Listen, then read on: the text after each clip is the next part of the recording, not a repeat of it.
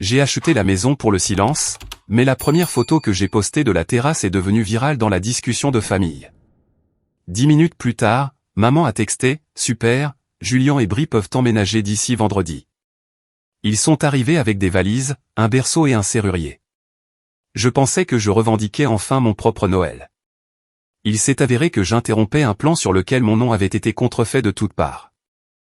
Mon nom est Fred Stewart. Dans ma vie de tous les jours, je suis stratège de marque chez Redwood Meridian, une agence à Harborview qui sent le café infusé à froid et l'ambition tranquille. Je construis des récits pour d'autres personnes, trouvant la vérité fondamentale d'un produit et la transformant en quelque chose de désirable. Je suis doué pour mon travail. Je suis doué pour prendre des réalités complexes et désordonnées et les présenter comme étant nettes, intentionnelles et fortes. Je vis dans un appartement avec vue sur l'eau, tout en verre et en béton. Un endroit que j'ai choisi parce qu'il ne ressemble en rien à la maison. La maison, c'était Maple Bridge, dans le Connecticut. Une maison coloniale de 3 étages avec des volets blancs précis et une pelouse qui semblait avoir été aspirée, pas tondue. C'était le genre de maison que les magazines photographient en automne. Tout en érable doré et en symétrie accueillante. Mais la symétrie n'est qu'une forme de contrôle. Notre famille était une constellation. Ou du moins, c'est ce que je ressentais. Mes parents, Gregory et Céleste Stewart, étaient la gravité. Mon frère aîné, Julien, de 4 ans mon aîné, était le soleil flamboyant. Et moi, j'étais ailleurs, une lune lointaine. Peut-être que la seule qui semblait me voir clairement était ma grand-mère, Nana Ruth. Les murs de cette maison racontaient toute l'histoire. Ce n'étaient pas des murs. C'était un sanctuaire dédié à Julien. Sa première crosse de la crosse était montée dans une vitrine comme une sainte relique. Les plaques de ses triomphes aux simulations des Nations Unies étaient polies et accrochées en une ligne ascendante parfaite le long de l'escalier principal. Ses lettres de mérite sportif étaient encadrées. Mes réussites vivaient dans une boîte d'archives en carton marron sous l'escalier du sous-sol, à côté des décorations de Noël que nous n'utilisions jamais. Mes rubans de l'équipe de débat, mes certificats du tableau d'honneur, mon premier poème publié dans une revue régionale, tout était classé, bien rangé et hors de vue. Il ne correspondait pas à la décoration. L'effacement a été progressif, une habitude, puis une tradition. Il était plus aigu à l'approche de Noël. Chaque année, il y avait une raison. Oh, fête, nous pensions que tu avais des projets avec tes amis de la ville. C'était une décision de dernière minute de faire venir tout le monde ici, ma chérie. Cela nous a complètement échappé. Tu es tellement indépendante. Nous savons toujours que tu te débrouilles très bien toute seule. C'étaient les refrains de mes mois de décembre. C'étaient les manières polies et socialement acceptables de dire « Nous n'avons pas pensé à toi ». Je peux remonter le fil du schéma. Trouver le point d'origine. J'avais 10 ans. C'était un samedi matin, clair et froid. La cuisine sentait le sirop d'érable et le beurre fondu. Julien avait un grand match et ma mère était au fourneau, versant de la pâte à crêpes. Elle le façonnait soigneusement en une parfaite et immense lettre J. Sa concentration était absolue, comme un artiste étudiant une toile. J'étais assise à l'îlot de cuisine, attendant. L'horloge au-dessus de la cuisinière faisait tic-tac, chaque seconde tombant comme une goutte d'eau dans le silence.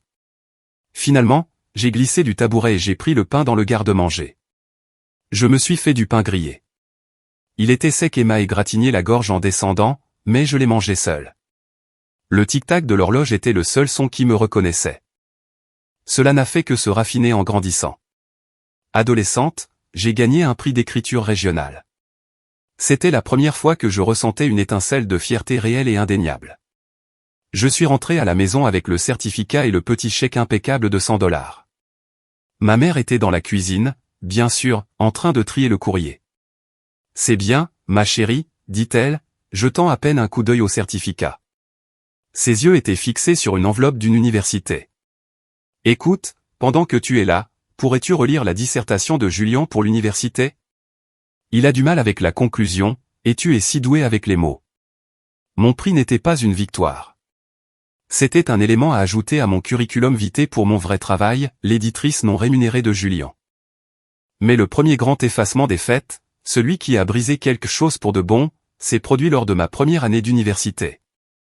J'avais prévu de rentrer à la maison, j'avais réservé mon billet de train une semaine avant. Mon père a appelé. Changement de plan, fête. Nous prenons tous l'avion pour Palm Beach pour voir ta tante. Les vols sont tout simplement trop chers pour en ajouter un autre si tard. Tu comprends, n'est-ce pas? On se verra au Nouvel An. J'ai compris. J'ai annulé mon billet. J'ai passé ce Noël dans une chambre de dortoir déserte, à manger des nouilles instantanées et à regarder de vieux films. En janvier, je suis allé rendre visite à Nana Ruth et elle était là, collée sur son réfrigérateur avec un aimant de dessin animé vif, la carte de Noël de la famille Stewart. Mes parents et Julian, rayonnants, debout devant la cheminée de notre salon. Ils portaient des pulls rouges assortis. La photo était datée du 24 décembre. Ils n'étaient pas allés à Palm Beach du tout. Ils n'avaient tout simplement pas voulu de moi là-bas. En voyant cela, je n'ai pas pleuré. Il faisait trop froid pour ça. C'était le son d'une porte qui se fermait. Silencieusement, mais définitivement. On apprend à faire face. Il le faut. Mon mécanisme d'adaptation était l'hypercompétence. J'ai construit une vie où je n'avais pas besoin d'être invité. J'ai arrêté de demander. J'ai arrêté de faire des allusions. J'ai arrêté de laisser de la place dans mon emploi du temps au cas où. J'ai commencé à planifier mes propres mois de décembre avec la précision d'une campagne militaire. J'ai réservé des voyages en solo dans des endroits où la neige était une garantie et la famille un concept abstrait. Je m'achetais la bouteille de vin cher. J'ai appris à cuisiner un rôti parfait pour une personne. J'ai fait en sorte que mon exclusion ressemble à mon choix. C'est une chose étrange que de devoir rééduquer ses propres sens. L'odeur des oranges piquées de clous de girofle, ce parfum classique de pommes d'ambre, ne signifie pas les fêtes pour moi. Cela signifie les fêtes de quelqu'un d'autre. Ça sent une fête que je peux entendre à travers une porte fermée. Alors, je me suis entraîné à aimer l'amande poivrée. Je buvais du thé à la menthe poivrée à profusion. J'achetais de l'écorce de menthe poivrée et la mangeais directement dans la boîte. Je gardais de la lotion à la menthe poivrée sur mon bureau au travail. C'était vif, pur et simple. C'était le parfum de mon silence, de ma paix solitaire durement gagnée. C'était l'odeur d'un décembre qui n'appartenait qu'à moi. Mon travail chez Redwood Meridian est basé sur l'élan. J'orchestre l'ascension. Au cours des 6 derniers mois, cette ascension avait un nom, Tidlin Outdoor. C'était une entreprise coincée dans le passé. Tout en gilet kaki et en nœud compliqué, essayant de vendre du matériel à une génération qui voulait juste se sentir mieux pendant un après-midi. Mon équipe et moi étions chargés de leur refonte de marque. Ma stratégie s'appelait « Trouvez votre signal ». Il ne s'agissait pas de conquérir des montagnes. Il s'agissait de trouver un moment de clarté dans le bruit. Nous avons lancé la campagne entièrement numérique à la fin de l'été. Aujourd'hui, c'était le bilan. Je me tenais à la tête de la salle de conférence vitrée, le brouillard du port pressant contre les fenêtres. Les clients étaient sur l'écran principal, leur visage pixelisé mais assez clair. J'ai passé à la diapositive finale. En conclusion, dis-je, ma voix nette dans la pièce silencieuse, les indicateurs de la campagne n'ont pas seulement atteint, mais ont pulvérisé nos objectifs. Nous avons dépassé l'engagement projeté sur 12 mois en 90 jours. Le nouveau groupe démographique des 18 à 25 ans est en hausse de plus de 400%, j'ai laissé les chiffres flotter dans l'air.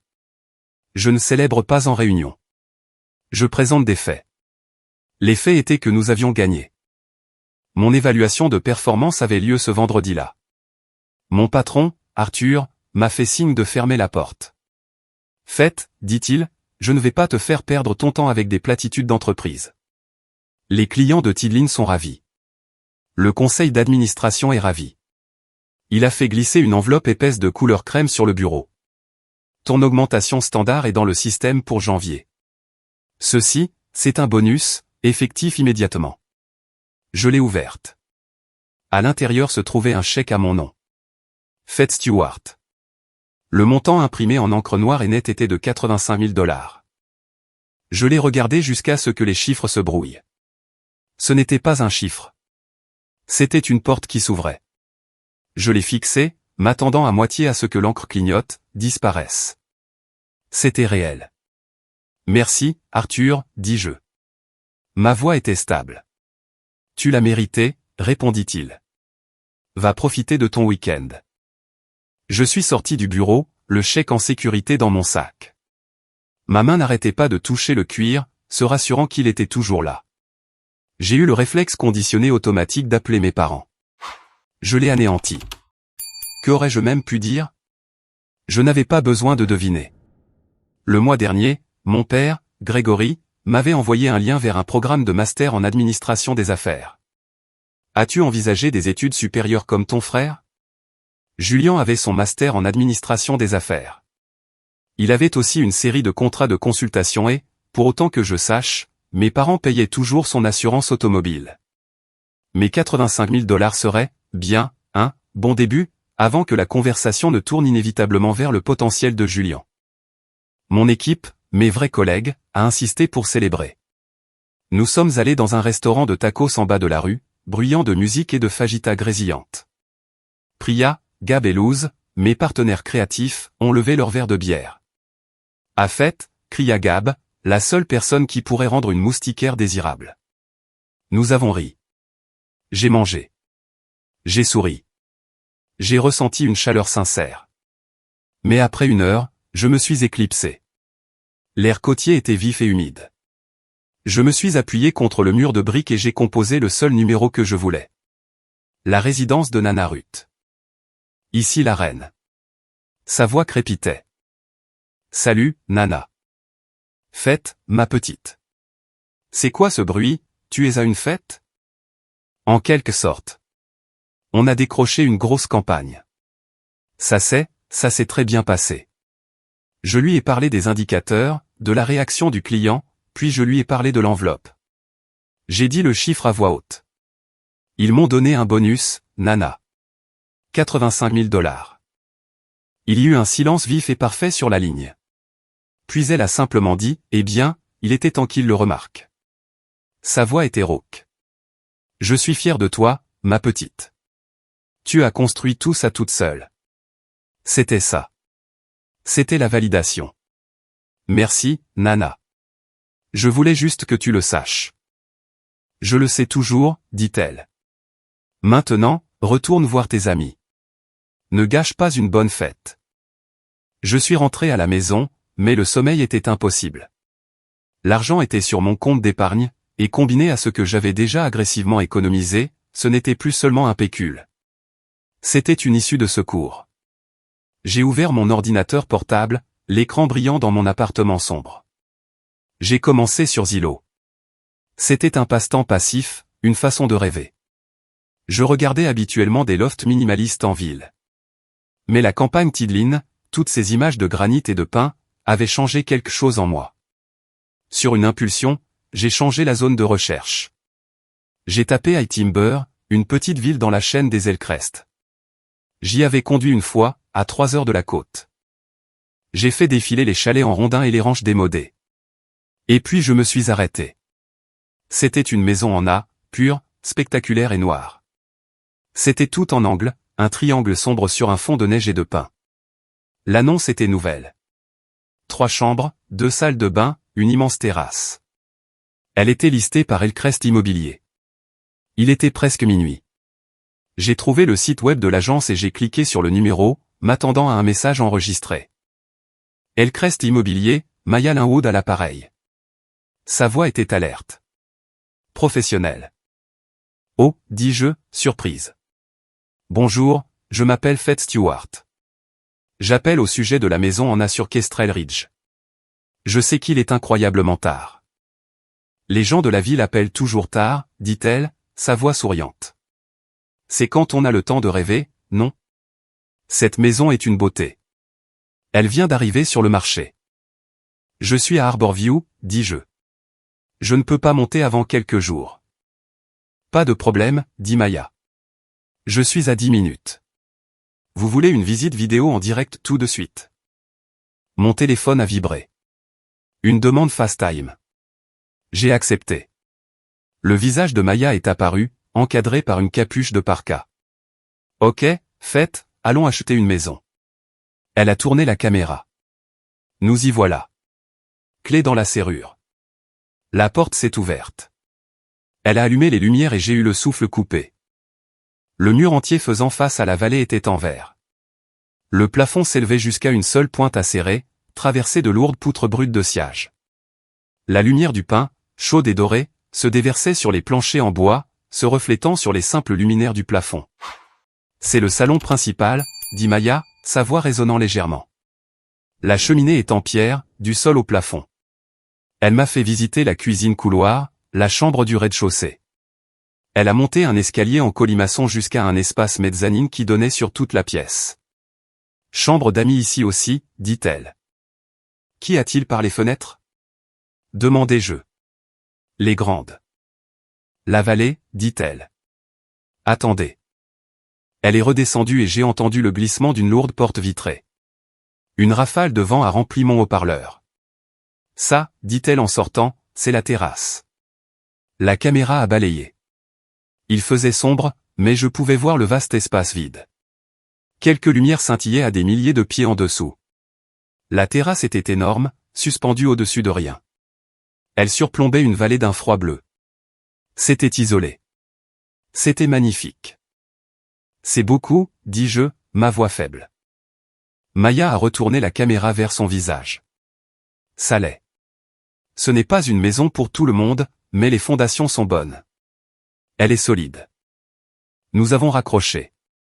Je suis resté assise dans le silence de mon appartement au mur gris. J'ai fermé les yeux. Je me suis posé la question que j'avais évitée toute ma vie d'adulte. Puis-je m'imaginer me réveiller ici, seul, et me sentir en sécurité? J'ai imaginé la maison de mon enfance à Maple Bridge, toujours pleine de monde, toujours bourdonnante des besoins de Julian. Un endroit où je me sentais constamment, silencieusement, en insécurité, attendant le prochain effacement. Puis j'ai imaginé la maison en A, la route unique, la cheminée en pierre, la terrasse fixant le vide. Le silence absolu et profond. La réponse était une chose physique. C'était un relâchement dans ma poitrine, une respiration profonde et lente qui semblait être la première que je prenais depuis des années. Oui. Le lendemain matin, je n'ai pas appelé de courtier en prêts hypothécaires. Je suis allé en ligne, pour de modiques frais de dossier, j'ai créé Alcyon PIN LLC. Alcyon pour l'oiseau mythique qui calme le vent et les vagues. PIN pour les pins qui garderaient la maison. Mon nom ne serait pas sur l'acte de propriété. Mon nom ne serait pas sur les factures de service public. La maison appartiendrait à la LLC. C'était une forteresse. C'était une frontière faite de droit des sociétés. J'ai ouvert un nouveau compte bancaire professionnel et j'ai viré la totalité du bonus de 85 000 $ plus mes économies. À 9h01 du matin, j'ai appelé Maya Linhaude. Je fais une offre, dis-je. Vous n'avez même pas encore senti l'air d'ici, rit-elle. J'ai vu tout ce dont j'avais besoin, dis-je. Je fais une offre entièrement en numéraire, clôture en 21 jours par le biais de ma LLC. Le professionnalisme en elle s'est réveillé. Ok, faites, allons-y, j'ai soumis l'offre à 10 000 $ en dessous du prix demandé. Je savais qu'une succession la vendait. Ils voulaient de l'efficacité. Ils ont contre-offert à 5 000 $ de plus. J'ai regardé le courriel. Mon doigt a plané au-dessus du clavier. C'était le clic. Je ne demandais pas la permission. Je n'attendais pas d'invitation. J'ai tapé « Accepter ». Mes doigts bourdonnaient. Pendant les 3 semaines suivantes, j'ai été une machine. Je travaillais ma journée complète chez Redwood Meridian. Ma concentration était absolue. La nuit, je signais des documents numériques, examinais les rapports d'inspection et organisais les virements. Je n'ai rien dit à personne. Sauf qu'en attendant la recherche de titres, j'ai ouvert l'application de notes sur mon téléphone. J'ai créé un nouveau fichier. J'ai tapé 4 lignes.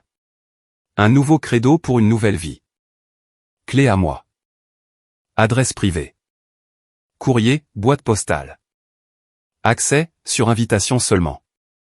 Le jour de la clôture était un vendredi de fin novembre. J'ai signé le dernier document dans un bureau de titres stérile à Harborview. Et les clés, 3 nouvelles clés en laiton aux dents acérées, ont été placées dans ma main. Elles semblaient incroyablement lourdes. J'ai conduit ma berline, pas un camion de déménagement. Le coffre était rempli d'une boîte à outils empruntée, de 2 oreillers en duvet, d'un nouveau sac de couchage et d'un sac de sport rempli de vêtements. Sur le siège passager, j'avais un grand thermos de café noir et mon téléphone. La liste de lecture que j'avais faite pour les 3 heures de route s'appelait « Décembre différent ». Elle était entièrement instrumentale, pleine de violoncelle et de piano discret. C'était le son de la détermination. Le soleil se couchait quand je suis arrivé sur l'allée de gravier. La maison en a été une ombre noire et nette contre un ciel violet meurtri. Je suis sorti de la voiture et le froid m'a frappé. C'était un froid pur de haute altitude qui sentait le pin et la neige. J'ai utilisé l'une des nouvelles clés. Le déclic du pen dormant se rétractant a résonné. Je me tenais dans l'entrée. La maison était vide, caverneuse et sentait l'air vicié et le cèdre. Mes pas résonnaient sur les planchers de bois franc. Ma première nuit, je n'ai même pas essayé d'installer un lit. J'ai gonflé un matelas pneumatique et j'ai jeté le sac de couchage dessus. En plein milieu du grand salon, face au mur de verre et à la cheminée en pierre. Il faisait si froid. Je pouvais voir ma respiration se transformer en buée au clair de lune.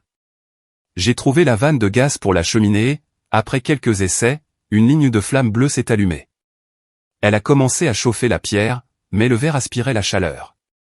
J'étais allongé là, entièrement habillé dans le sac de couchage, et une étrange douleur creuse s'est installée dans ma poitrine.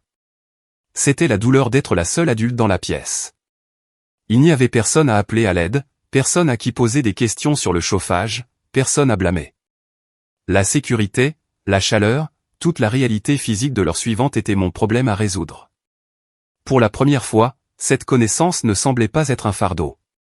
C'était comme une fondation. Je me suis endormi en regardant les flammes. Ma respiration a lentement cessé de former de la buée. Ma vie s'est divisée en deux. Les jours de semaine, j'étais à Harborview, vive et concentrée, dirigeant des réunions chez Redwood Meridian. Mais à 17 heures précises, j'étais dans ma voiture, conduisant les 3 heures jusqu'à la montagne. Je travaillais jusqu'à ce que je ne puisse plus garder les yeux ouverts, je dormais sur le matelas pneumatique, je me réveillais à 5 heures du matin et je retournais en ville. J'étais alimenté par le café et l'adrénaline. Ces premières semaines ont été un montage de pur travail physique. Les armoires de cuisine étaient d'un cerisier sombre et démodé. J'ai passé tout un week-end à les poncer. La sueur s'est infiltrée dans mes cils, dans mes cheveux, sous mes ongles. Mes épaules me brûlaient. Mais à mesure que la teinture foncée cédait la place au bois brut et pâle, j'avais l'impression d'enlever une couche de ma propre peau, exposant quelque chose de nouveau. Je détestais les luminaires. C'étaient des globes en laiton et en verre de qualité constructeur qui projetaient une lumière jaune maladive. J'ai acheté des rails d'éclairage noirs et élégants en ligne. J'ai passé toute une soirée de mardi sur un escabeau, les bras endoloris, à étudier des schémas de câblage sur mon téléphone. Quand j'ai actionné le disjoncteur et que les nouvelles ampoules blanches et chaudes ont inondé la cuisine d'une lumière pure, j'ai failli pleurer de satisfaction. Le travail le plus important était les serrures. Les anciens pens dormants étaient fragiles. J'ai commandé des serrures intelligentes robustes, du genre que l'on peut contrôler avec son téléphone. J'ai creusé les cadres de porte pour y installer les nouvelles gâches renforcées. J'ai installé les claviers, défini un nouveau code maître connu de moi seul et activé le journal des entrées. Le tinc décisif et solide du nouveau pen glissant en place était le son de la sécurité absolue. La livraison de mes meubles a commencé. J'ai acheté un vrai matelas, un canapé profond, puis j'ai commandé 2 cadres de lit en bois simple et identiques. Je les ai fait livrer dans les 2 chambres d'amis à l'étage. Je les ai assemblés moi-même avec une clé Allen et un petit marteau. J'ai assemblé chaque pièce. J'ai serré chaque boulon. Ce n'étaient pas des chambres pour une famille que j'étais obligé d'accueillir. Ce n'étaient pas des sanctuaires aux réussites de quelqu'un d'autre. Je construisais ces lits de mes propres mains parce que je voulais choisir qui aurait le droit de rester.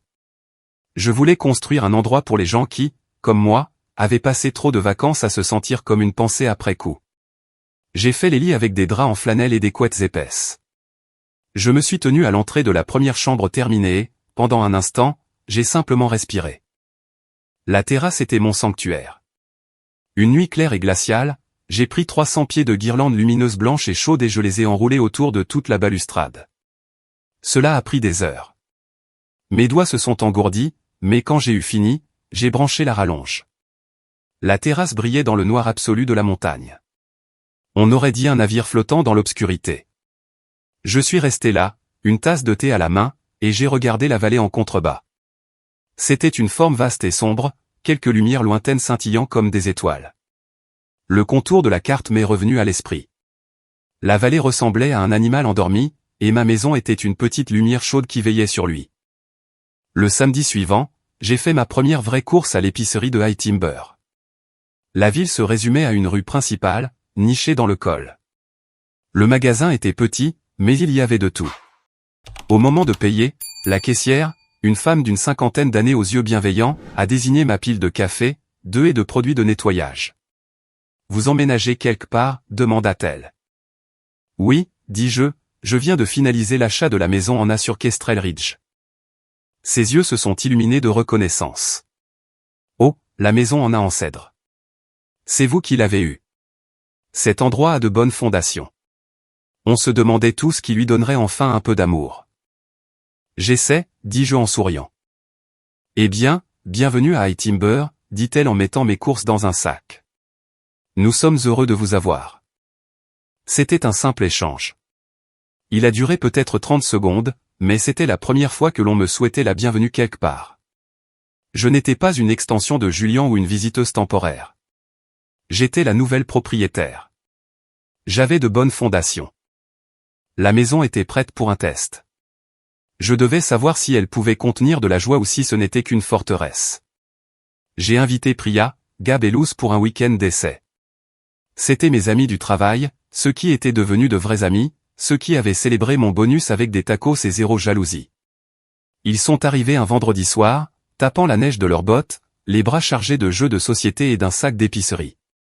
On a apporté les ingrédients pour le chili de ma grand-mère, annonça Priya.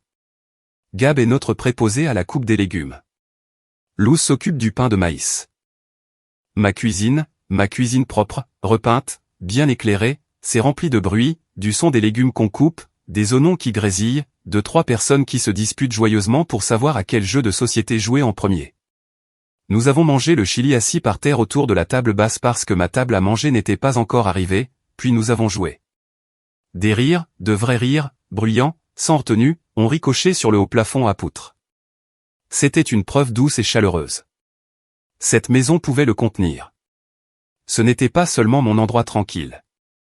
Ça pouvait être notre endroit tranquille. Le lendemain matin, je me suis assise sur la terrasse avec mon café, regardant le lever du soleil. Priya est sortie, enveloppée dans une couverture, et s'est simplement assise à côté de moi. Nous n'avons pas parlé pendant 10 minutes. « Faites, dit-elle finalement. Cet endroit est magique. » Avant leur départ, j'ai fait faire à Nana Ruth sa visite officielle. J'ai parcouru la maison avec mon téléphone en FaceTime, lui montrant tout. « Voici la nouvelle cuisine, » dis-je en balayant les comptoirs.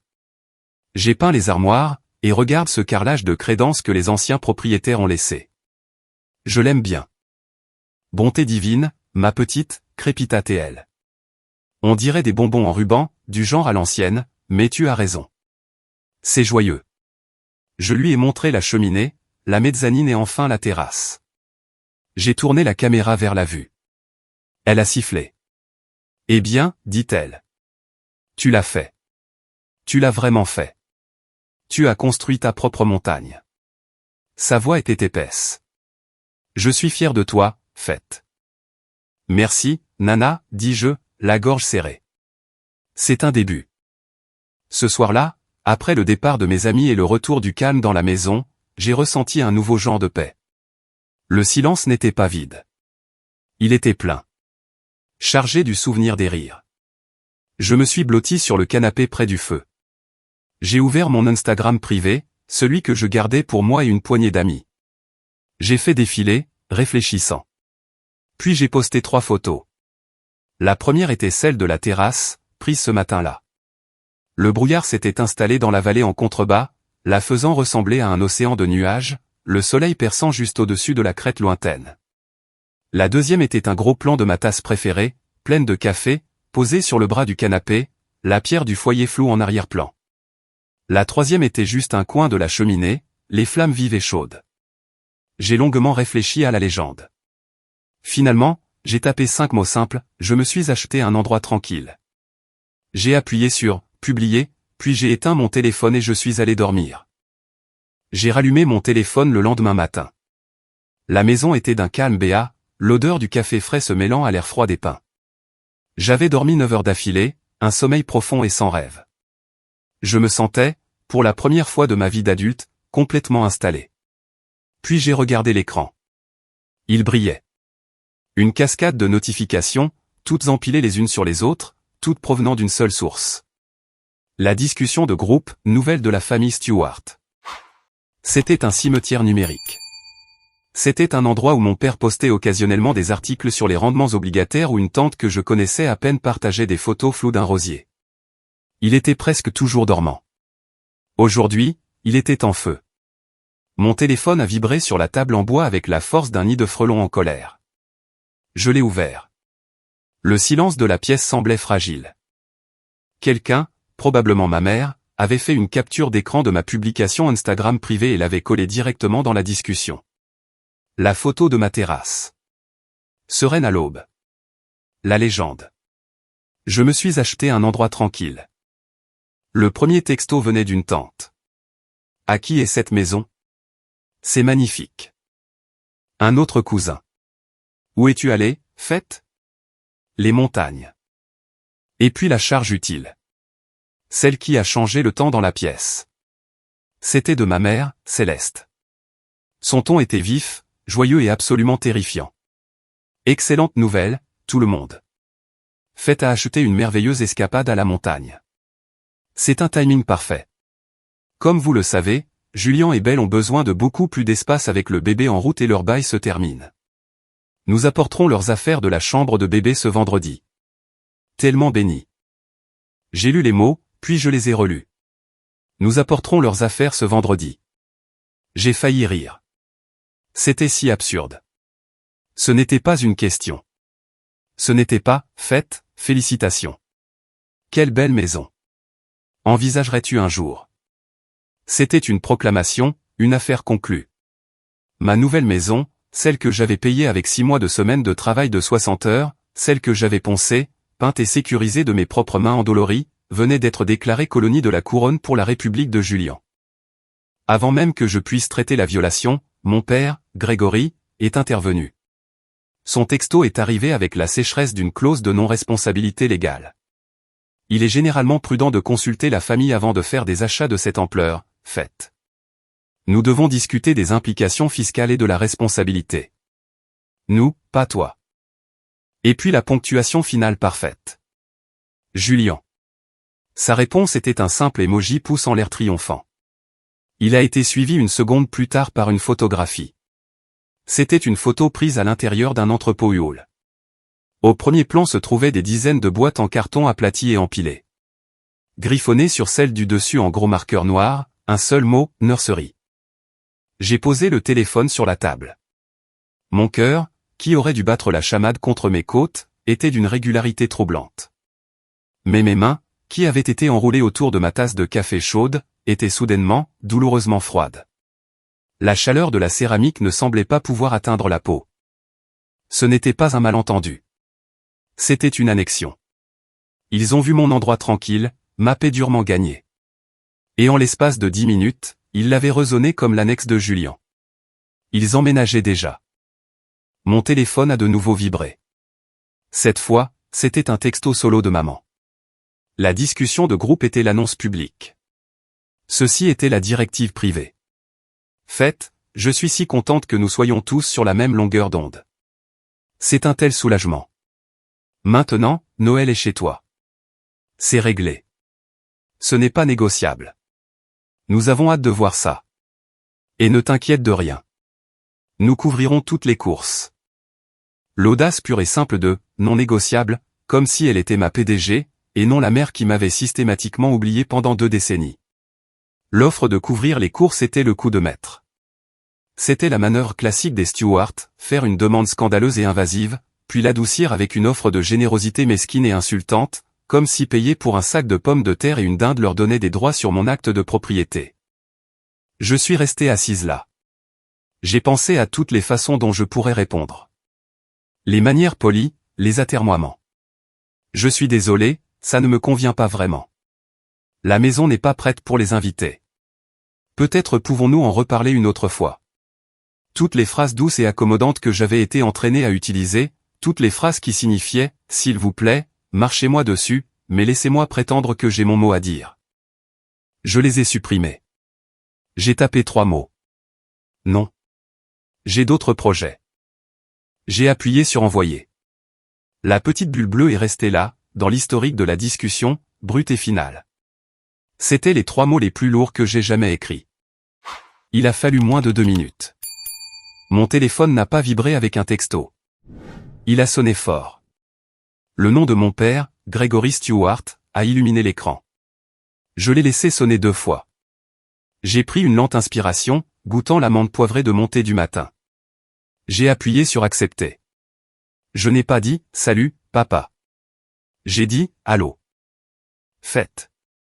Sa voix était celle qu'il utilisait pour les réunions du conseil d'administration, celle qui impliquait qu'il était raisonnable et calme, et que tout le monde était hystérique et stupide. Je viens de voir ton texto à ta mère. Elle est très contrariée. J'ai attendu. Le silence est mon terrain maintenant, dans ma maison. Il a continué, l'agacement s'insinuant dans sa voix quand je ne me suis pas immédiatement excusé. Ce n'est pas un jeu. Le bail de ton frère se termine. Tu es allé acheter une maison de 3 chambres. C'est une simple harmonisation des ressources. Sois utile. Sois utile. Pas, sois gentille. Pas, sois généreuse. Pas, sois une famille. Sois utile. Je n'étais pas sa fille. J'étais une ressource, un poste budgétaire, une chambre d'amis dans le portefeuille en expansion de la famille. J'ai gardé ma voix parfaitement égale, correspondant à sa froideur d'entreprise. Je comprends la situation de Julien. Cependant, ma maison n'est pas une solution pour lui. Personne n'emménage. C'est définitif, ai-je ajouté par courtoisie. S'il vous plaît, ne venez pas sans y être invité. Il y eut un silence vif et froid à l'autre bout du fil. Je ne lui avais jamais parlé comme ça. Je n'avais jamais utilisé le mot « définitif ». Je l'ai entendu souffler, un son bref et sec de pure offense. Il n'était pas en colère. Il était insulté. Nous verrons bien, faites, dit-il. La ligne a cliqué. Il m'avait raccroché au nez. Mes mains n'étaient plus froides. Elles bougeaient. Je suis allé à la discussion de groupe, nouvelle de la famille Stewart. Capture d'écran. Je suis allé au message texte solo de ma mère. Capture d'écran. Ma réponse de 3 mots. Capture d'écran. J'ai ouvert mon journal d'appel montrant l'appel entrant de Gregory Stewart et sa durée. Capture d'écran. J'ai ouvert le dossier sécurisé sur mon disque cloud, celui que j'utilisais pour les contrats de travail. J'ai créé un nouveau sous-dossier chiffré. Je l'ai nommé « Limite de la terrasse ». J'ai téléchargé chaque image. Ce n'était pas un désaccord familial. C'était une prise de contrôle hostile. Et je constituais mon dossier. Mon téléphone a de nouveau sonné. J'ai sursauté, supposant que c'était ma mère, prête pour l'assaut émotionnel. Mais c'était Nana Ruth. J'ai laissé échapper le souffle que je retenais et j'ai répondu. Ma voix soudainement douce. Salut, Nana. Je viens de raccrocher avec ta mère, dit-elle. Sans préambule. Nana Ruth n'utilisait jamais de préambule. Elle considérait que c'était une perte de temps. Elle est en pleine crise d'hystérie, elle pleure. Elle dit que tu as acheté un manoir dans les montagnes et que tu l'as mise à la porte. Elle dit que tu ne les laisseras même pas venir pour Noël. J'ai posté une photo hier soir, Nana, dis-je, ma voix plate. J'ai acheté une petite maison en A. En 1 heure, ils avaient décidé, sans me demander, d'y faire emménager Julien et Belle vendredi. Nana Ruth a fait un bruit. C'était un grognement bref et sec de dérision. Bien sûr qu'ils l'ont fait. Un vide déteste être vide, et ta famille déteste te voir posséder la moindre chose qui ne soit pas, d'une manière ou d'une autre, pour eux. Ne te laisse pas intimider, ma petite. Je n'en ai pas l'intention, dis-je en regardant le dossier, limite de la terrasse, sur l'écran de mon ordinateur portable. Bien. Tu ne leur dois rien. Tu ne leur dois pas de vacances. Tu ne leur dois pas de chambre d'amis. Et tu ne leur dois certainement pas d'explication pour ta propre vie. Elle a fait une pause. Et j'ai entendu le tintement de la glace dans un verre. Mais je les connais. Ils viendront quand même en voiture. Tes parents. Ils pensent que non n'est qu'une suggestion. Ils pensent que c'est l'offre d'ouverture dans une négociation qu'ils gagnent toujours. Alors, laisse-moi être très clair avec toi, Fête. Si ces voitures arrivent dans ton allée, tu n'ouvres pas cette porte. Tu la verrouilles. Tu vérifies qu'elle est verrouillée et tu appelles le shérif local. Tu leur dis que tu as des intrus non invités sur ta propriété. Tu me comprends? Les mots « shérif » et « intrus » flottaient dans l'air froid des pins de mon salon. C'était une escalade choquante et brutale, et en même temps, c'était la validation la plus profonde que j'ai jamais reçue. Elle le voyait. Elle les voyait exactement pour ce qu'ils étaient. Je comprends, Nana. Bien, dit-elle à nouveau. Profite de cette maison. Tu l'as méritée. Maintenant, envoie-moi une photo de ce carrelage en bonbon ruban. Je veux le voir de mes propres yeux. Nous avons raccroché. J'ai regardé par la paroi de vers la vallée, vaste et silencieuse. La peur était toujours là. Un œuf froid dans mon estomac, mais ce n'était pas de la panique. C'était la concentration froide et lucide d'une stratège au premier jour d'une campagne très longue et très nécessaire. Ils avaient fait leur mouvement. C'était maintenant mon tour. Les mots de Nana Ruth étaient un lest. Appelle le shérif. Mais j'étais une stratège. Je savais qu'on n'appelait pas simplement le shérif. On ne faisait pas un appel paniqué et hystérique qui pourrait être rejeté comme une dispute de famille. On préparait d'abord le terrain. On préparait le champ de bataille. On leur présentait un ensemble de faits si froids et durs qu'ils ne pouvaient pas être discutés, seulement reconnus. La voix de mon père résonnait dans ma tête, « Sois utile ». Il était sur le point de découvrir à quel point je pouvais être utile, mais pas de la manière qu'il avait prévue. La peur de leurs textos était une chose physique, une pression froide dans ma poitrine. Mais mon esprit était déjà en mouvement. J'ai ouvert mon ordinateur portable. Le dossier, limite de la terrasse, était minimisé sur l'écran. Je n'ai pas cherché, conseiller familial, ou médiateur. J'ai cherché, contentieux immobilier iTimber. Le premier résultat était un cabinet, ou Inter's Légal. Le site web était minimaliste, tout en gris et noir avec des photos nettes en haute résolution de granit et de glace. Le slogan était « Clarté, stratégie, résolution ». Le nom de l'avocate principale était Sable Winters. J'ai appelé son bureau à 9 h le lendemain matin. J'étais encore dans les montagnes. L'idée de retourner à Harborview et de laisser ma maison sans défense était impossible. La réceptionniste m'a mise en attente pendant moins de 10 secondes. Sable Winters. Sa voix était comme son site web, claire, froide et sans inflexion. Madame Winters. Mon nom est Fed Stewart. Je suis la nouvelle propriétaire de la propriété à Kestrel Ridge sous la LLC Alcyon Pine. J'ai besoin d'une consultation d'1 heure concernant les droits d'intrusion et d'occupation. Je suis disponible aujourd'hui. Il y eut un léger tapotement de clavier. Je peux vous voir à 14 h. Apportez votre accord d'exploitation de la LLC et votre acte de propriété. La ligne a cliqué. J'ai passé les 4 heures suivantes à organiser mon dossier, limite de la terrasse. J'ai imprimé les textos de la discussion de groupe. J'ai imprimé la demande non négociable de ma mère. J'ai imprimé la photo que Julien avait envoyée des boîtes marquées « Nursery ». Je les ai mis dans un dossier noir impeccable.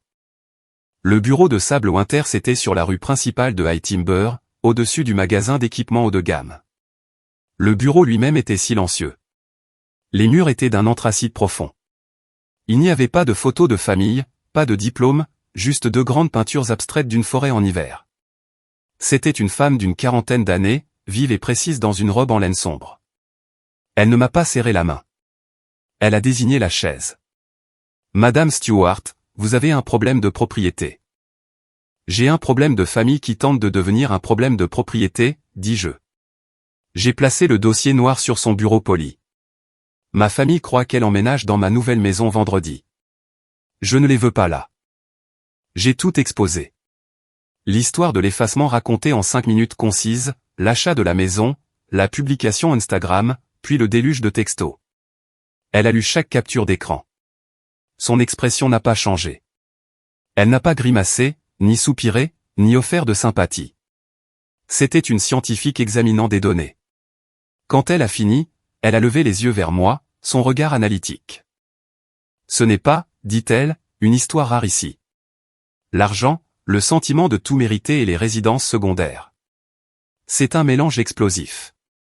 Elle a tapoté la capture d'écran de ma mère. Ceci est présomptueux. Elle a tapoté la photo de Julien. Ceci est de la complicité. Et elle a tapoté le texto de mon père.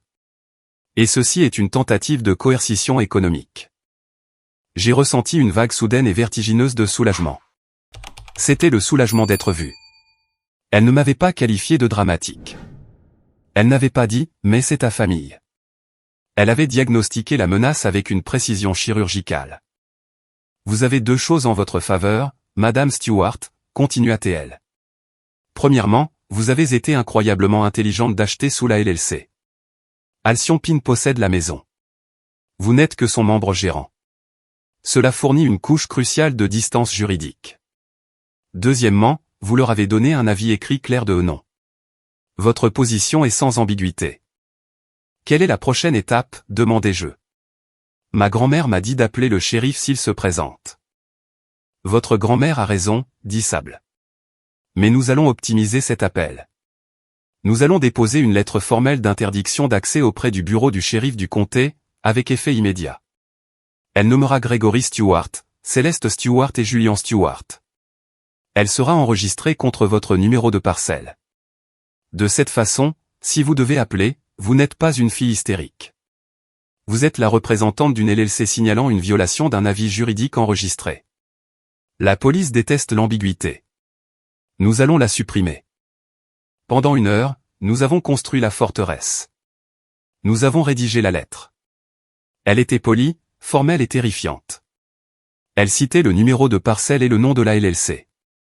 Elle déclarait que les personnes nommées n'étaient pas autorisées sur la propriété à aucun moment et que leur présence serait considérée comme une intrusion criminelle. Je ferai déposer et enregistrer ceci avant 16 heures aujourd'hui, dit Sable en la glissant dans un dossier. Une copie sera envoyée au bureau de service du shérif. Quoi d'autre, demandai-je, ma voix gagnant en force. Vous êtes une stratège, dit Sable en regardant mon formulaire d'admission.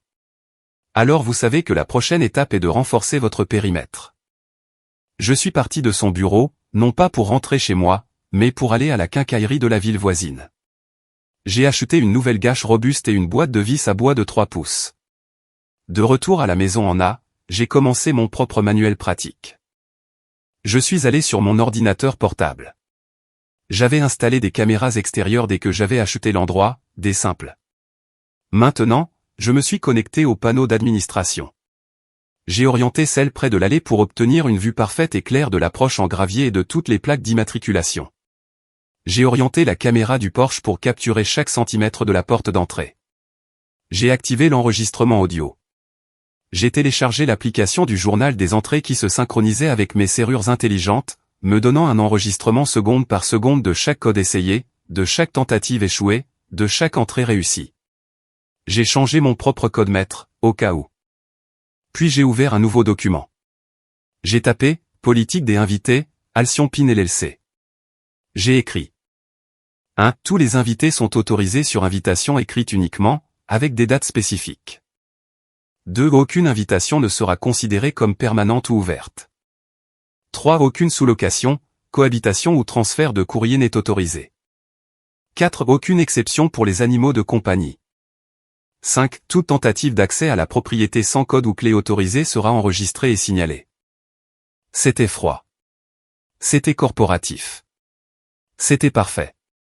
Je l'ai imprimé sur du papier cartonné de couleur crème. Je suis allé au placard de l'entrée, celui où un invité pourrait accrocher son manteau, et je l'ai affiché à l'intérieur de la porte. Mes défenses étaient superposées. D'abord, la LLC. L'acte de propriété était privé, protégé. Mes services publics étaient tous au nom de Alcyon Pin. Mon courrier était acheminé vers une boîte postale privée à High Timber. C'était mon armure d'entreprise. Deuxièmement, les défenses physiques, les serrures intelligentes, les portes renforcées, les caméras enregistrant tout. Troisièmement, la défense juridique, la lettre d'interdiction d'accès, déposée et en attente. Maintenant, il ne restait plus que la déclaration. Je me suis assise à ma nouvelle table à manger, celle que j'avais assemblée moi-même, et je me suis souvenu du dernier conseil de Sable. Ils vous appelleront, avait-elle dit en se levant pour signaler la fin de notre heure. Ils pleureront. Ils menaceront. Ils vous diront que vous détruisez la famille. Vous serez tenté de vous disputer avec eux sur le porche. C'est le piège. C'est là qu'ils peuvent prétendre à une confusion ou à un malentendu, ou que vous avez perdu la tête. Vous ne devez pas vous engager. Vous êtes le membre gérant d'une société. C'est une décision commerciale. À partir de maintenant, vous communiquez avec des faits, pas des sentiments. J'ai ouvert mon courrier électronique. J'ai commencé un nouveau message. J'ai tapé leurs 3 adresses électroniques. Grégory, Céleste, Julien. Dans le champ CCI, j'ai tapé « Sable Winters, Winters Légal ». La ligne d'objet était « Plan de Noël, propriété de Kestrel Ridge ». J'ai écrit « Cher Grégory, Céleste et Julien. Merci pour votre enthousiasme concernant ma nouvelle propriété. Pour clarifier la situation et s'assurer qu'il n'y a aucun malentendu, la maison n'est pas disponible pour des visites ou pour accueillir des invités pendant ses vacances. C'est une résidence privée et elle n'est pas ouverte aux invités, ni disponible pour que quiconque emménage. J'ai déjà fait d'autres projets privés pour les vacances de Noël. Veuillez ne pas vous rendre à High Timber car je ne pourrai pas vous accueillir. Toute tentative d'accès à la propriété sera refusée. J'espère que cela clarifie la situation. Je n'ai pas écrit, amicalement, Faites. J'ai écrit, sincèrement, Faites Stewart, membre gérante de Alcyon Pin LLC. J'ai appuyé sur Envoyer. Le silence qui a suivi a été immédiat et profond.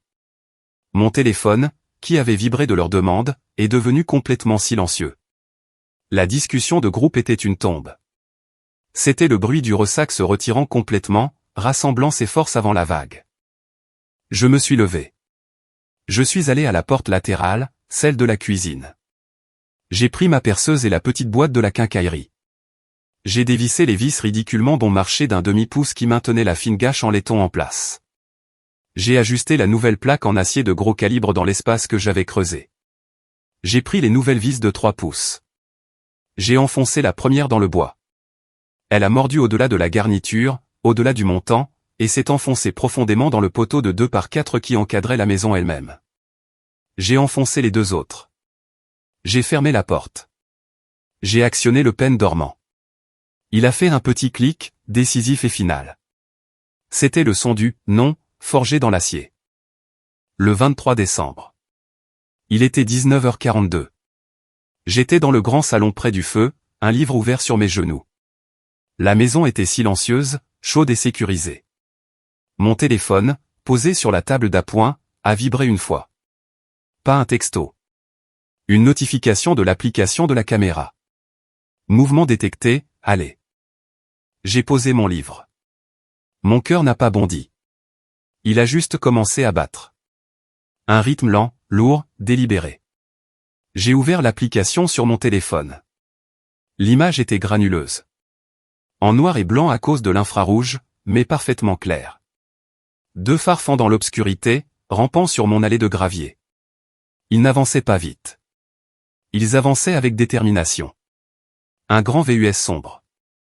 Il s'est arrêté à 20 pieds de la maison. Les portes se sont ouvertes. Ma mère, Céleste, est sortie du côté passager, serrant son manteau. Mon père, Grégory, est sorti du siège du conducteur. Il se tenait raide, inspectant la maison comme si c'était un siège social hostile. De l'arrière, Julien s'est déplié, attrapant déjà des bagages. Et puis, Belle, sa femme très enceinte, se déplaçant avec la prudence lente et douloureuse de son 3e trimestre. Ils avaient des valises, 4 d'entre elles. Julien les a posées sur le gravier. Puis il a tendu la main dans le VUS et a sorti un berceau pliable. Il l'a ouvert d'un coup de poignet. Et puis une 5e personne est sortie, un homme en veste de travail que je ne reconnaissais pas. Il portait une longue boîte à outils en métal. Il avait l'air d'avoir froid et d'être embarrassé. Ils ont commencé à marcher vers mon porche d'entrée. Mon téléphone a de nouveau sonné. Mouvement détecté, Porsche. Je les ai regardés, les 4, et le serrurier.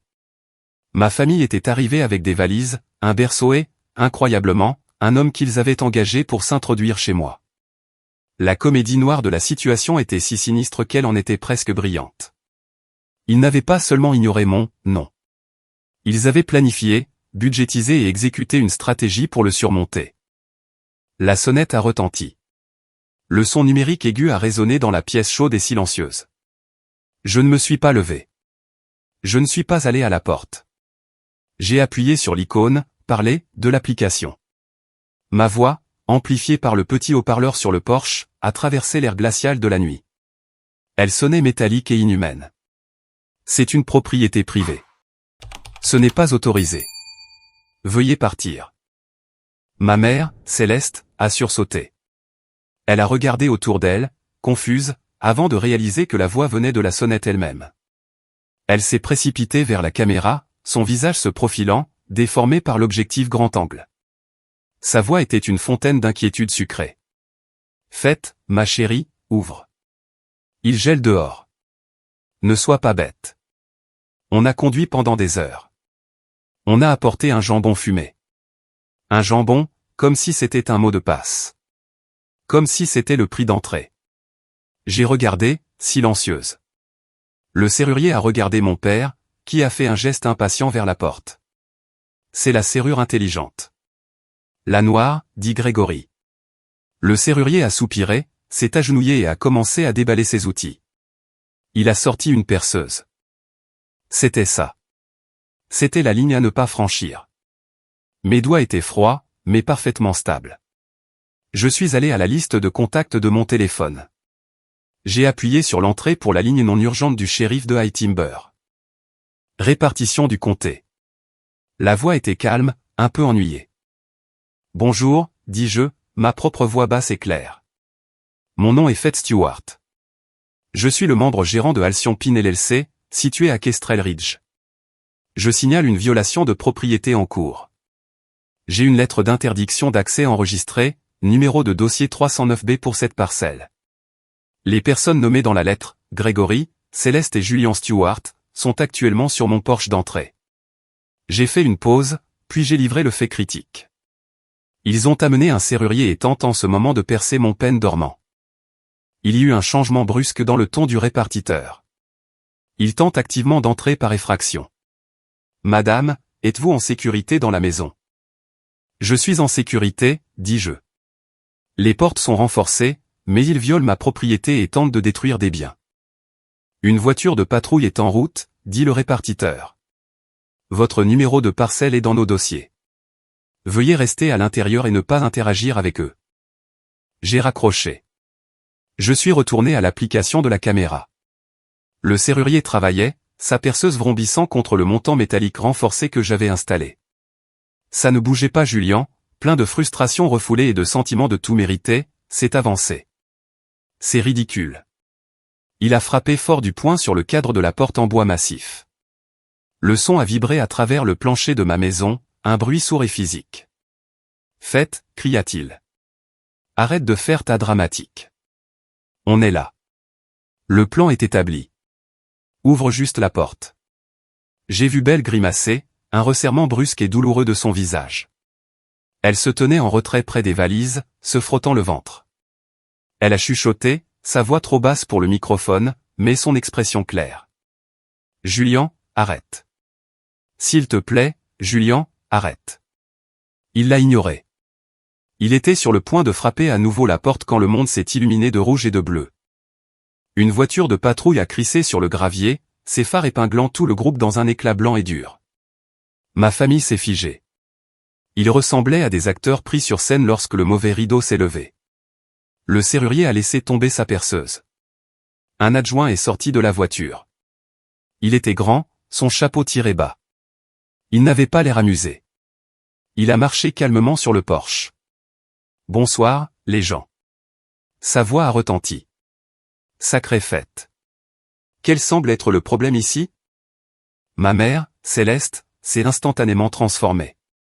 Elle est devenue la matriarche, la victime. Ses mains jointes sur sa poitrine. Oh, Dieu merci. Officier, c'est un terrible, terrible malentendu. C'est la maison de notre fille. Nous avons conduit tout ce chemin pour Noël. Et elle, eh bien, elle n'est pas bien. Elle s'est enfermée. Nous essayons juste de l'atteindre. Nous sommes si inquiets. L'adjoint a regardé ma mère.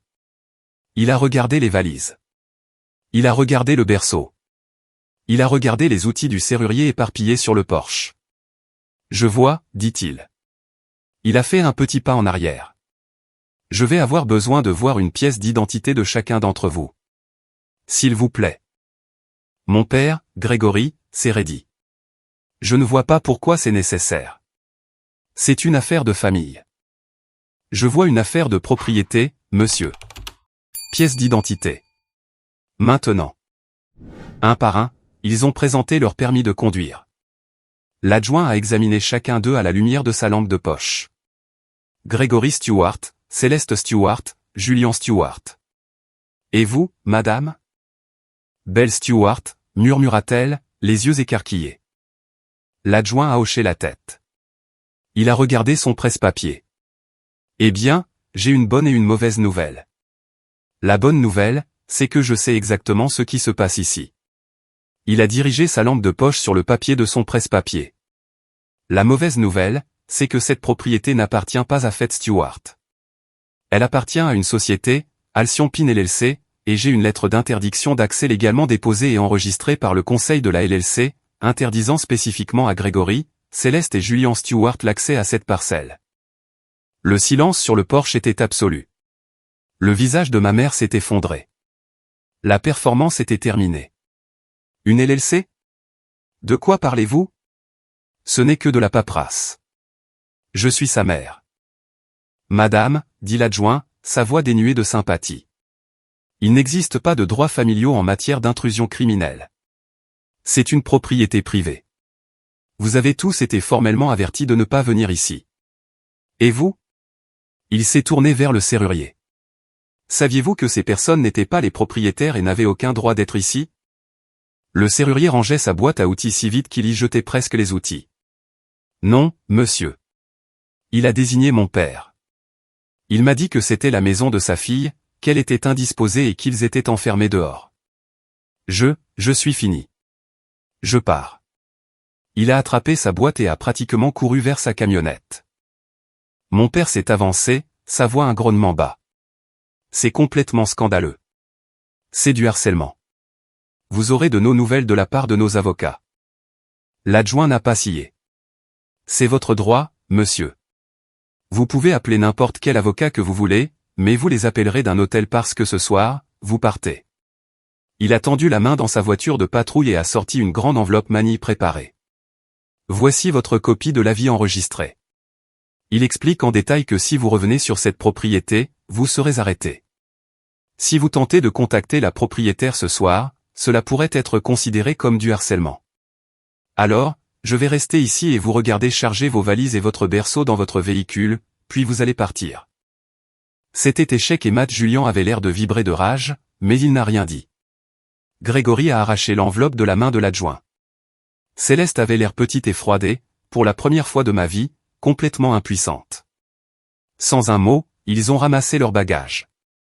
Julian a attrapé le berceau et l'a plié. Ils ont chargé le VUS dans un silence tendu et furieux. L'adjoint se tenait là, les bras croisés, les regardant. Ils sont montés. Les portes ont claqué. Le moteur du VUS a rugi. Les feux arrière, rouges et en colère, ont cahoté sur l'allée de gravier et ont disparu sur la route principale. L'adjoint est remonté dans sa voiture et les a suivis, s'assurant qu'ils quittaient la montagne.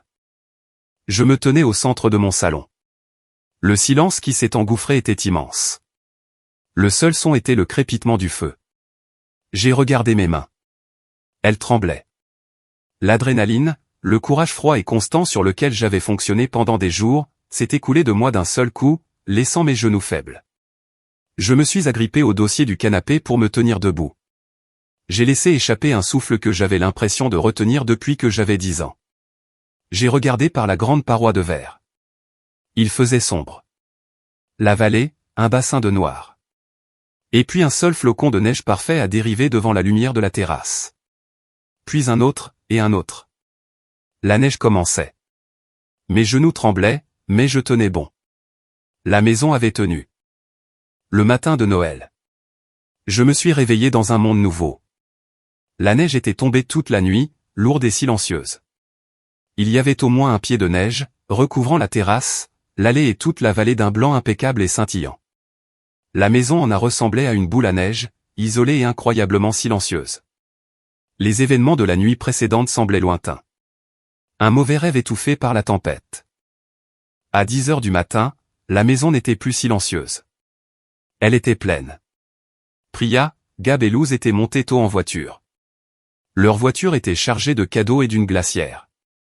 Nous n'allions pas te laisser seul après ça, avait dit Priya en me serrant fort dans ses bras à la porte. Et nous ne faisions pas confiance à ta famille pour ne pas revenir pour un deuxième round. Ils ne le feront pas, dis-je, sentant la solidité du cadre de la porte. C'est réglé. La meilleure surprise est arrivée à 11 heures. On a frappé à la porte, un vrai coup. Poli et attendu. Mes voisins. Le couple de la maison bleue en bas de la crête. Ils tenaient un plat à gratin chaud. Joyeux Noël, dit la femme, Sarah. On s'est dit que tu serais peut-être coincé par la neige. On a apporté des brioches à la cannelle, les bonnes, avec beaucoup trop de glaçage. Et c'est ainsi que ma maison s'est remplie de ma famille choisie. Nous avons mangé des brioches à la cannelle debout dans la cuisine. Nous avons préparé cafetière sur cafetière. Nous avons mis une liste de lecture de chants de Noël instrumentaux. Nous nous sommes assis près du feu, la neige tombant doucement à l'extérieur de la grande paroi de verre. Et nous avons parlé. Nous avons échangé de petits cadeaux attentionnés. Luz m'a donné un livre rare et magnifiquement illustré sur les fleurs sauvages des montagnes. Gab m'a donné une carte stylisée encadrée de la chaîne des Elcrest avec une petite étoile dorée sur iTimber. Priya m'a donné une couverture en cachemire ridiculement douce. Mon cadeau pour eux, c'était les chambres d'amis. Elles sont à vous, dis-je. Chaque fois que vous avez besoin de vous évader, vous avez le code. Vous n'avez jamais à demander. C'était le Noël le plus facile, le plus chaleureux et le plus paisible de ma vie. J'ai ressenti un souffle de soulagement si profond que c'en était presque étourdissant. C'était ça. C'était la vie que j'avais construite. C'était la paix que j'avais achetée. Nous rincions les tasses dans la cuisine, le lave-vaisselle bourdonnant, lorsque Priya, faisant défiler son téléphone, s'est arrêtée. Faites, dit-elle, sa voix prudente. Tu devrais probablement voir ça. Je me suis séché les mains. Qu'est-ce que c'est? Ta mère. Elle a publié sur Facebook il y a environ 1 heure. Priya a orienté son téléphone vers moi. Elle est prolifique. J'ai pris le téléphone. La photo de profil de ma mère, une photo professionnellement éclairée d'elle et de mon père, me souriait. Sa publication était publique. Tellement béni ce matin de Noël, commençait la publication. Après tant de défis, nous sommes ravis d'annoncer un vrai miracle de Noël. Julien et Belle ont trouvé l'endroit sûr et parfait pour fonder leur famille. Nous y travaillons depuis des semaines et nous sommes si reconnaissants que tout se met en place pour eux. Le jour du déménagement approche à grands pas. Voici un aperçu du tableau d'inspiration pour la chambre de bébé sur lequel ils ont travaillé. Sous le texte se trouvait une image léchée de style Pinterest. Elle montrait un berceau, une table allongée et une palette de couleurs de bleu et de gris doux. Et dans le coin, étiqueté, il y avait un emplacement. Ce n'était pas mon adresse exacte, mais c'était iTimber, chaîne des Elcrest. C'était flou mais facilement devinable. C'était un appel du pied. Les commentaires étaient une cascade de félicitations. Un miracle de Noël en effet. Tellement heureux pour eux. Quel endroit magnifique. Ils le méritent. J'ai hâte de voir les photos du déménagement. Tellement excitant. Mon sang, qui avait été chaud et lent toute la matinée, s'est transformé en eau glacée. Ce n'était pas une retraite. C'était une manœuvre de contournement. Ils avaient été repoussés à la porte. Alors maintenant, ils construisaient un récit public. Un récit dans lequel ils étaient les héros. Les parents bienveillants assurant un endroit sûr pour leurs enfants. Un récit dans lequel ma maison n'était pas la mienne mais, une mise en place pour eux. Elle crée une trace écrite sur les réseaux sociaux, dis-je, ma voix plate. J'ai rendu le téléphone à Priya. Avant que Priya puisse même répondre, mon téléphone a vibré sur le comptoir. Ce n'était pas un texto. C'était un message direct sur Instagram d'un nom que je n'avais pas vu depuis des années. Une ancienne camarade de classe de Maple Bridge. Je l'ai ouvert. Salut fête. Question bizarre. J'ai vu ta publication sur la maison à la montagne. Elle a l'air incroyable. Je voulais juste te dire. J'étais au club de mes parents dans le Connecticut la semaine dernière et j'ai entendu ton père parler. Il était au bar, demandant à tout le monde s'il connaissait un bon service de gestion immobilière de montagne dans la région d'Elcrest. Il utilisait spécifiquement ton numéro de parcelle. Il disait aux gens que ses enfants avaient une nouvelle propriété et qu'il avait besoin de quelqu'un pour gérer les locataires et l'entretien. C'était bizarre. Bref, joyeux Noël. J'espère que tu vas bien. J'ai lu le message 2 fois. Gérer les locataires. L'entretien. Ses enfants, au pluriel. J'ai levé les yeux vers mes amis. Ils ont vu l'expression sur mon visage. La chaleur de la pièce avait disparu. Gab, dis-je, ma voix vive. Tu es le gars des tableurs. Tu es le gars des données. Qu'est-ce que je suis en train de regarder? Gab, toujours pratique, a posé sa tasse de café. Il a pris mon téléphone et a lu le message direct. Il m'a fait ouvrir la publication Facebook. Il est resté silencieux pendant 1 minute entière, juste en train de traiter. Ok, dit-il en me rendant le téléphone. Voici ce que tu regardes. L'attaque du 23 était la phase 1, l'occupation physique. Elle a échoué. Ils sont passés à la phase 2, l'occupation administrative. Ils construisent une trace écrite. La publication Facebook crée l'attente sociale de leur location. Les demandes de gestion immobilière, c'est ton père qui essaie de trouver un moyen légal ou quasi légal d'installer un tiers. Quelqu'un qui pourrait lui donner accès et contrôle, en prétendant que les propriétaires sont désorganisés. Ils essaient de construire un dossier prouvant que tu n'es pas en contrôle et qu'ils sont les parties responsables. Une logique froide et terrible s'est mise en place. C'était une stratégie. C'était une campagne, comme celle que je mènerais au travail. Gab a raison, dis-je. Mon esprit tournait à plein régime. S'ils peuvent créer une trace écrite, ils peuvent essayer de revendiquer la résidence. Ils peuvent essayer de faire envoyer leur courrier ici. Sur un pur instinct froid, j'ai attrapé mon ordinateur portable.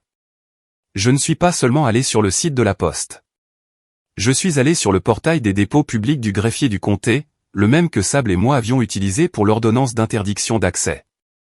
Je me suis connecté à mon compte, celui lié à ma boîte postale et à mon numéro de parcelle.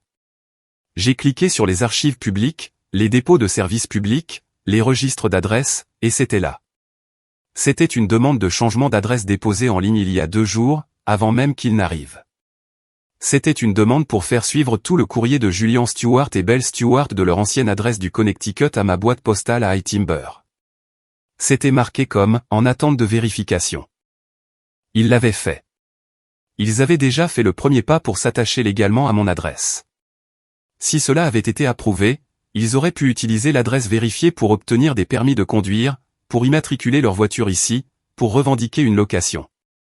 Le serrurier et le jambon fumé n'étaient pas le vrai plan. C'était juste l'ouverture de choc et d'effroi. Ça, c'était la véritable invasion. Mes mains tremblaient à nouveau, mais cette fois d'une fureur froide et claire. J'ai fait une capture d'écran de la publication Facebook.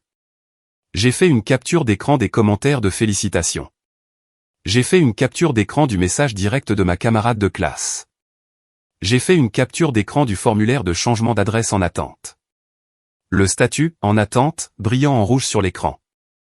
J'ai ouvert un nouveau courriel. J'ai tout joint pour Sable Winters. Adresse, swinter@winterslegal.com. Objet, phase 2. Mon message était court. Sable. Ils ont changé de tactique. Ils tentent d'établir leur résidence par fraude postale et construisent un récit public de location. Voir pièce jointe. Quelle est notre prochaine action? Je l'ai envoyé. Mon téléphone a vibré pas 60 secondes plus tard. C'était une réponse de Sable. Sa réponse automatique était activée pour les vacances, mais c'était une réponse manuelle directe. C'était 2 phrases. N'engagez aucune conversation. Ne publiez rien. N'envoyez pas de texto. N'appelez pas. Ce n'est plus un différend familial. C'est une tentative de fraude. Retrouvez-moi à mon bureau mardi à 9 h du matin. Mardi. Je devais attendre une journée entière. Mes amis me regardaient. Leur visage un mélange d'inquiétude et d'incrédulité. Ils sont fous, murmura Luz en secouant la tête. C'est carrément criminel. C'est juste du contrôle, dis-je, les mots se formant dans ma gorge. J'ai regardé autour de la pièce, le feu chaud, les brioches à la cannelle à moitié mangées, les gens qui avaient conduit des heures pour être avec moi. Mon téléphone a vibré une fois de plus. C'était un nouveau message texte d'un numéro différent. Nana Ruth. C'était une seule ligne. Fier de toi de ne pas avoir ouvert la porte. J'ai fermé mon ordinateur portable. J'ai ramassé les tasses de café sales sur le comptoir. Je suis allé à l'évier et j'ai ouvert l'eau chaude. La vapeur montant pour rencontrer mon visage. Cela n'a jamais été à propos de Noël. Ce n'a jamais été à propos d'une fête ou d'une invitation oubliée. Ce n'a jamais été à propos du besoin d'un endroit où rester. C'était à propos du contrôle. C'était à propos de tout un système familial construit sur l'idée que mon temps, mon argent, mes succès, et maintenant ma maison, n'étaient pas réellement les miens. C'était juste des ressources attendant d'être allouées à Julien. J'avais acheté une maison, et ce faisant, j'avais commis le seul péché impardonnable. J'avais créé une frontière.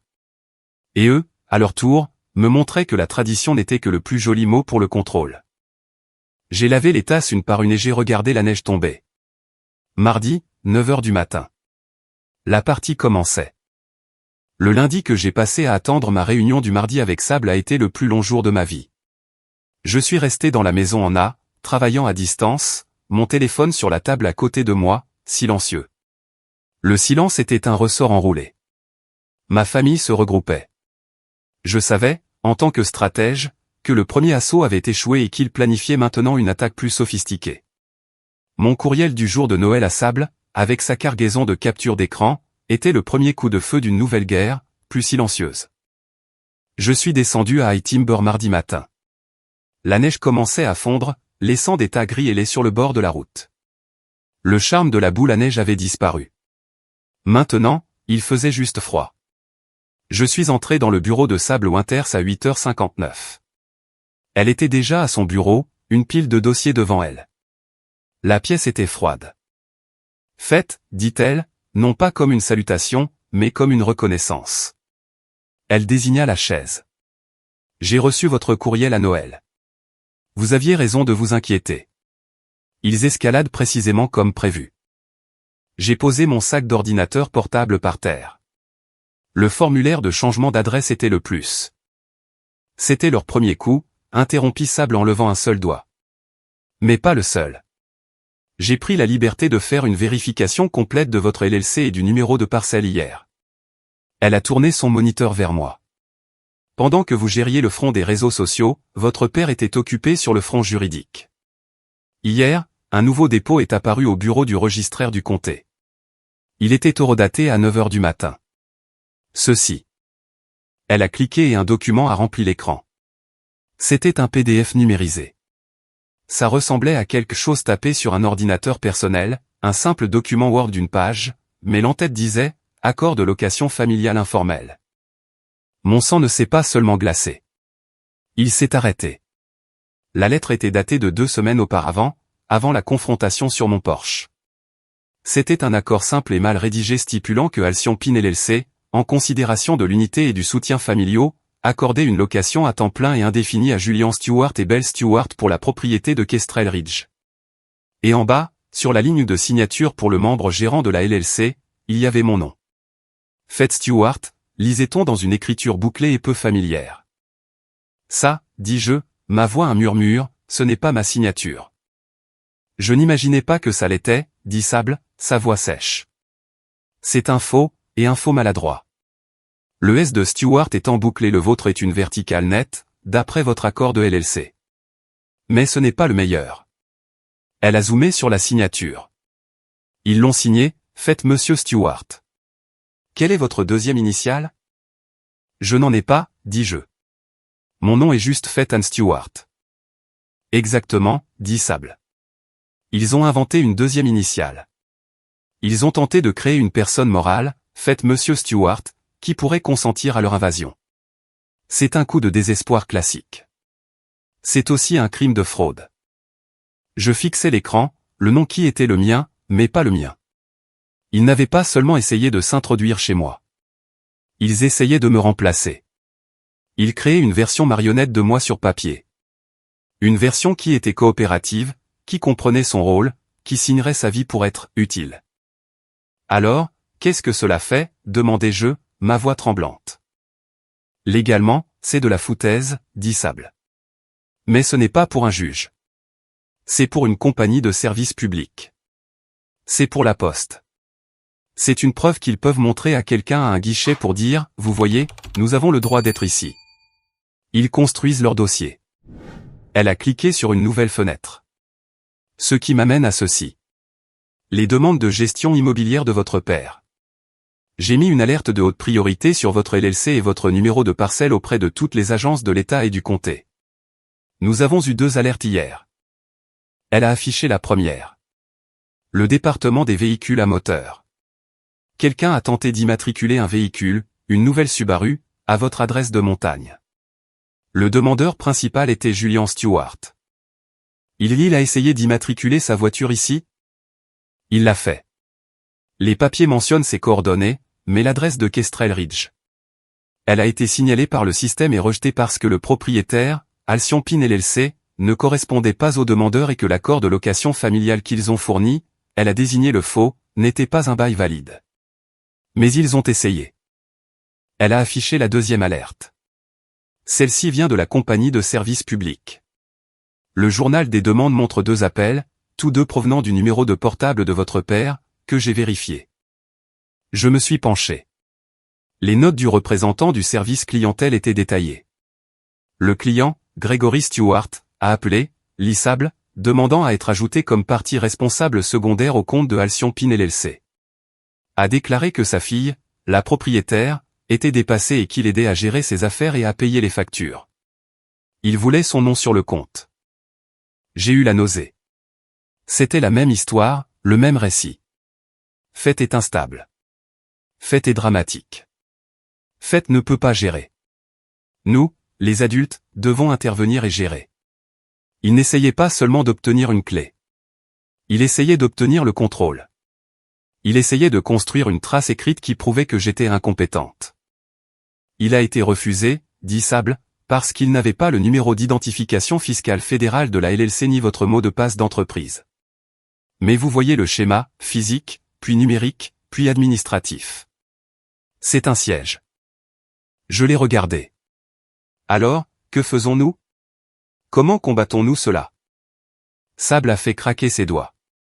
C'était le premier geste humain, non juridique, que je l'avais jamais vu faire. Nous ripostons. Nous arrêtons de défendre et nous passons à l'offensive. J'ai passé la matinée à rédiger. Elle s'est retournée vers son moniteur. Premièrement, une mise en demeure formelle de cesser et s'abstenir.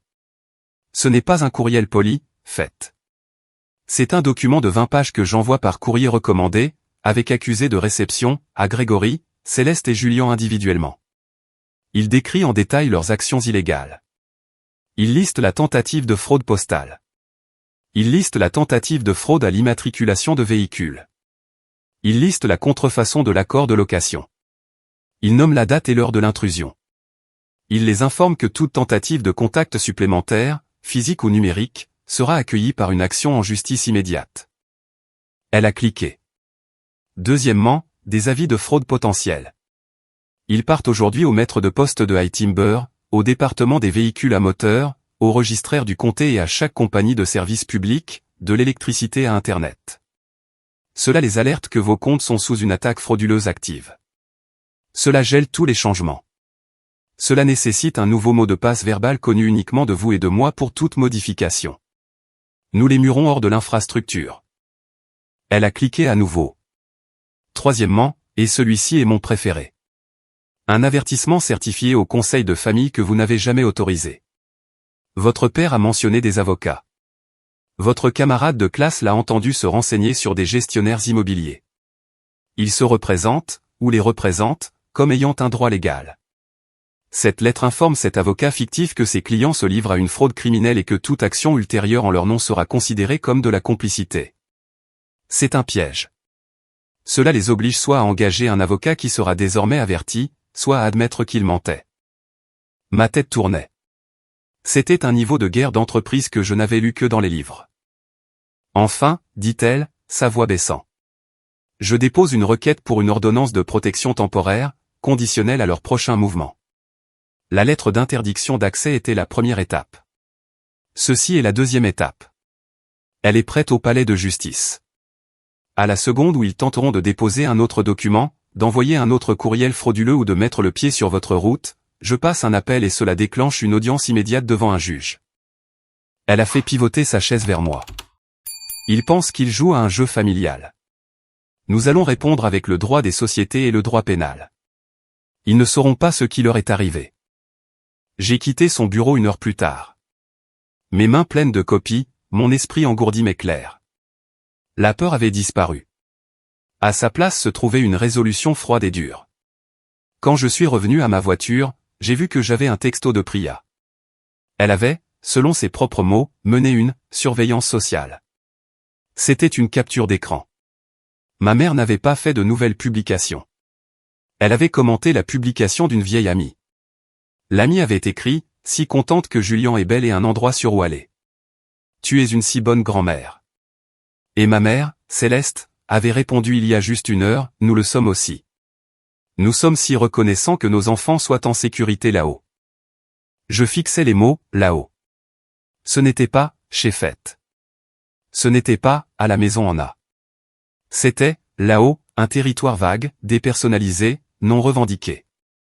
C'était le langage de l'annexion. C'était un fait accompli, une chose déjà faite.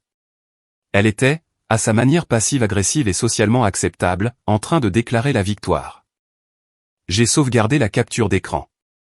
Je l'ai transmise à Sable qui a répondu par un simple « reçu ». Je suis resté assise là. J'étais muré. Les serrures étaient solides.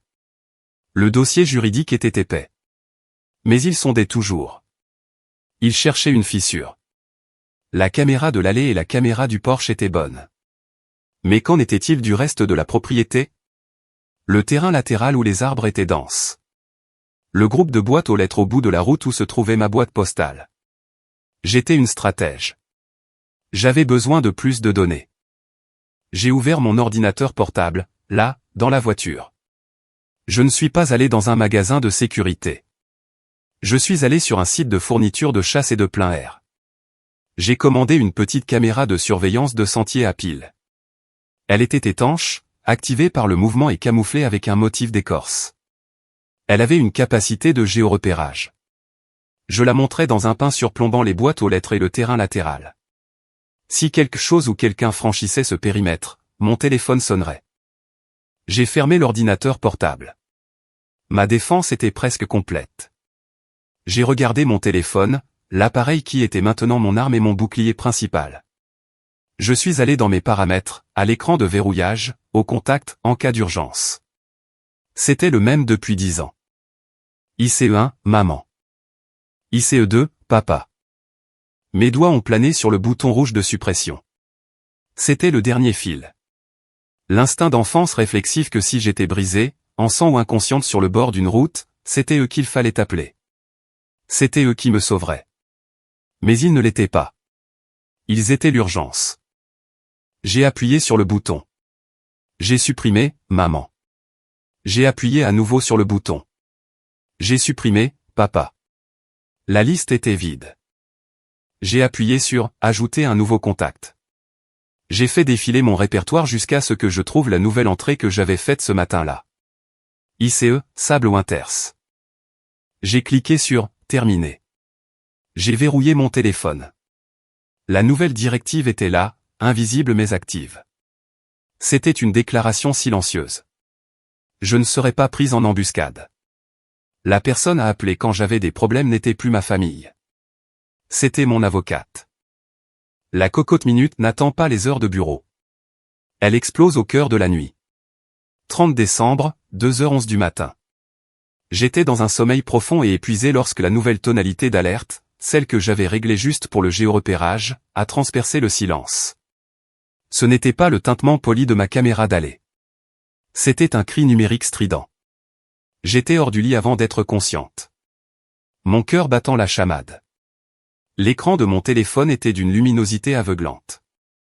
Alerte de géorepérage. Brèche de périmètre.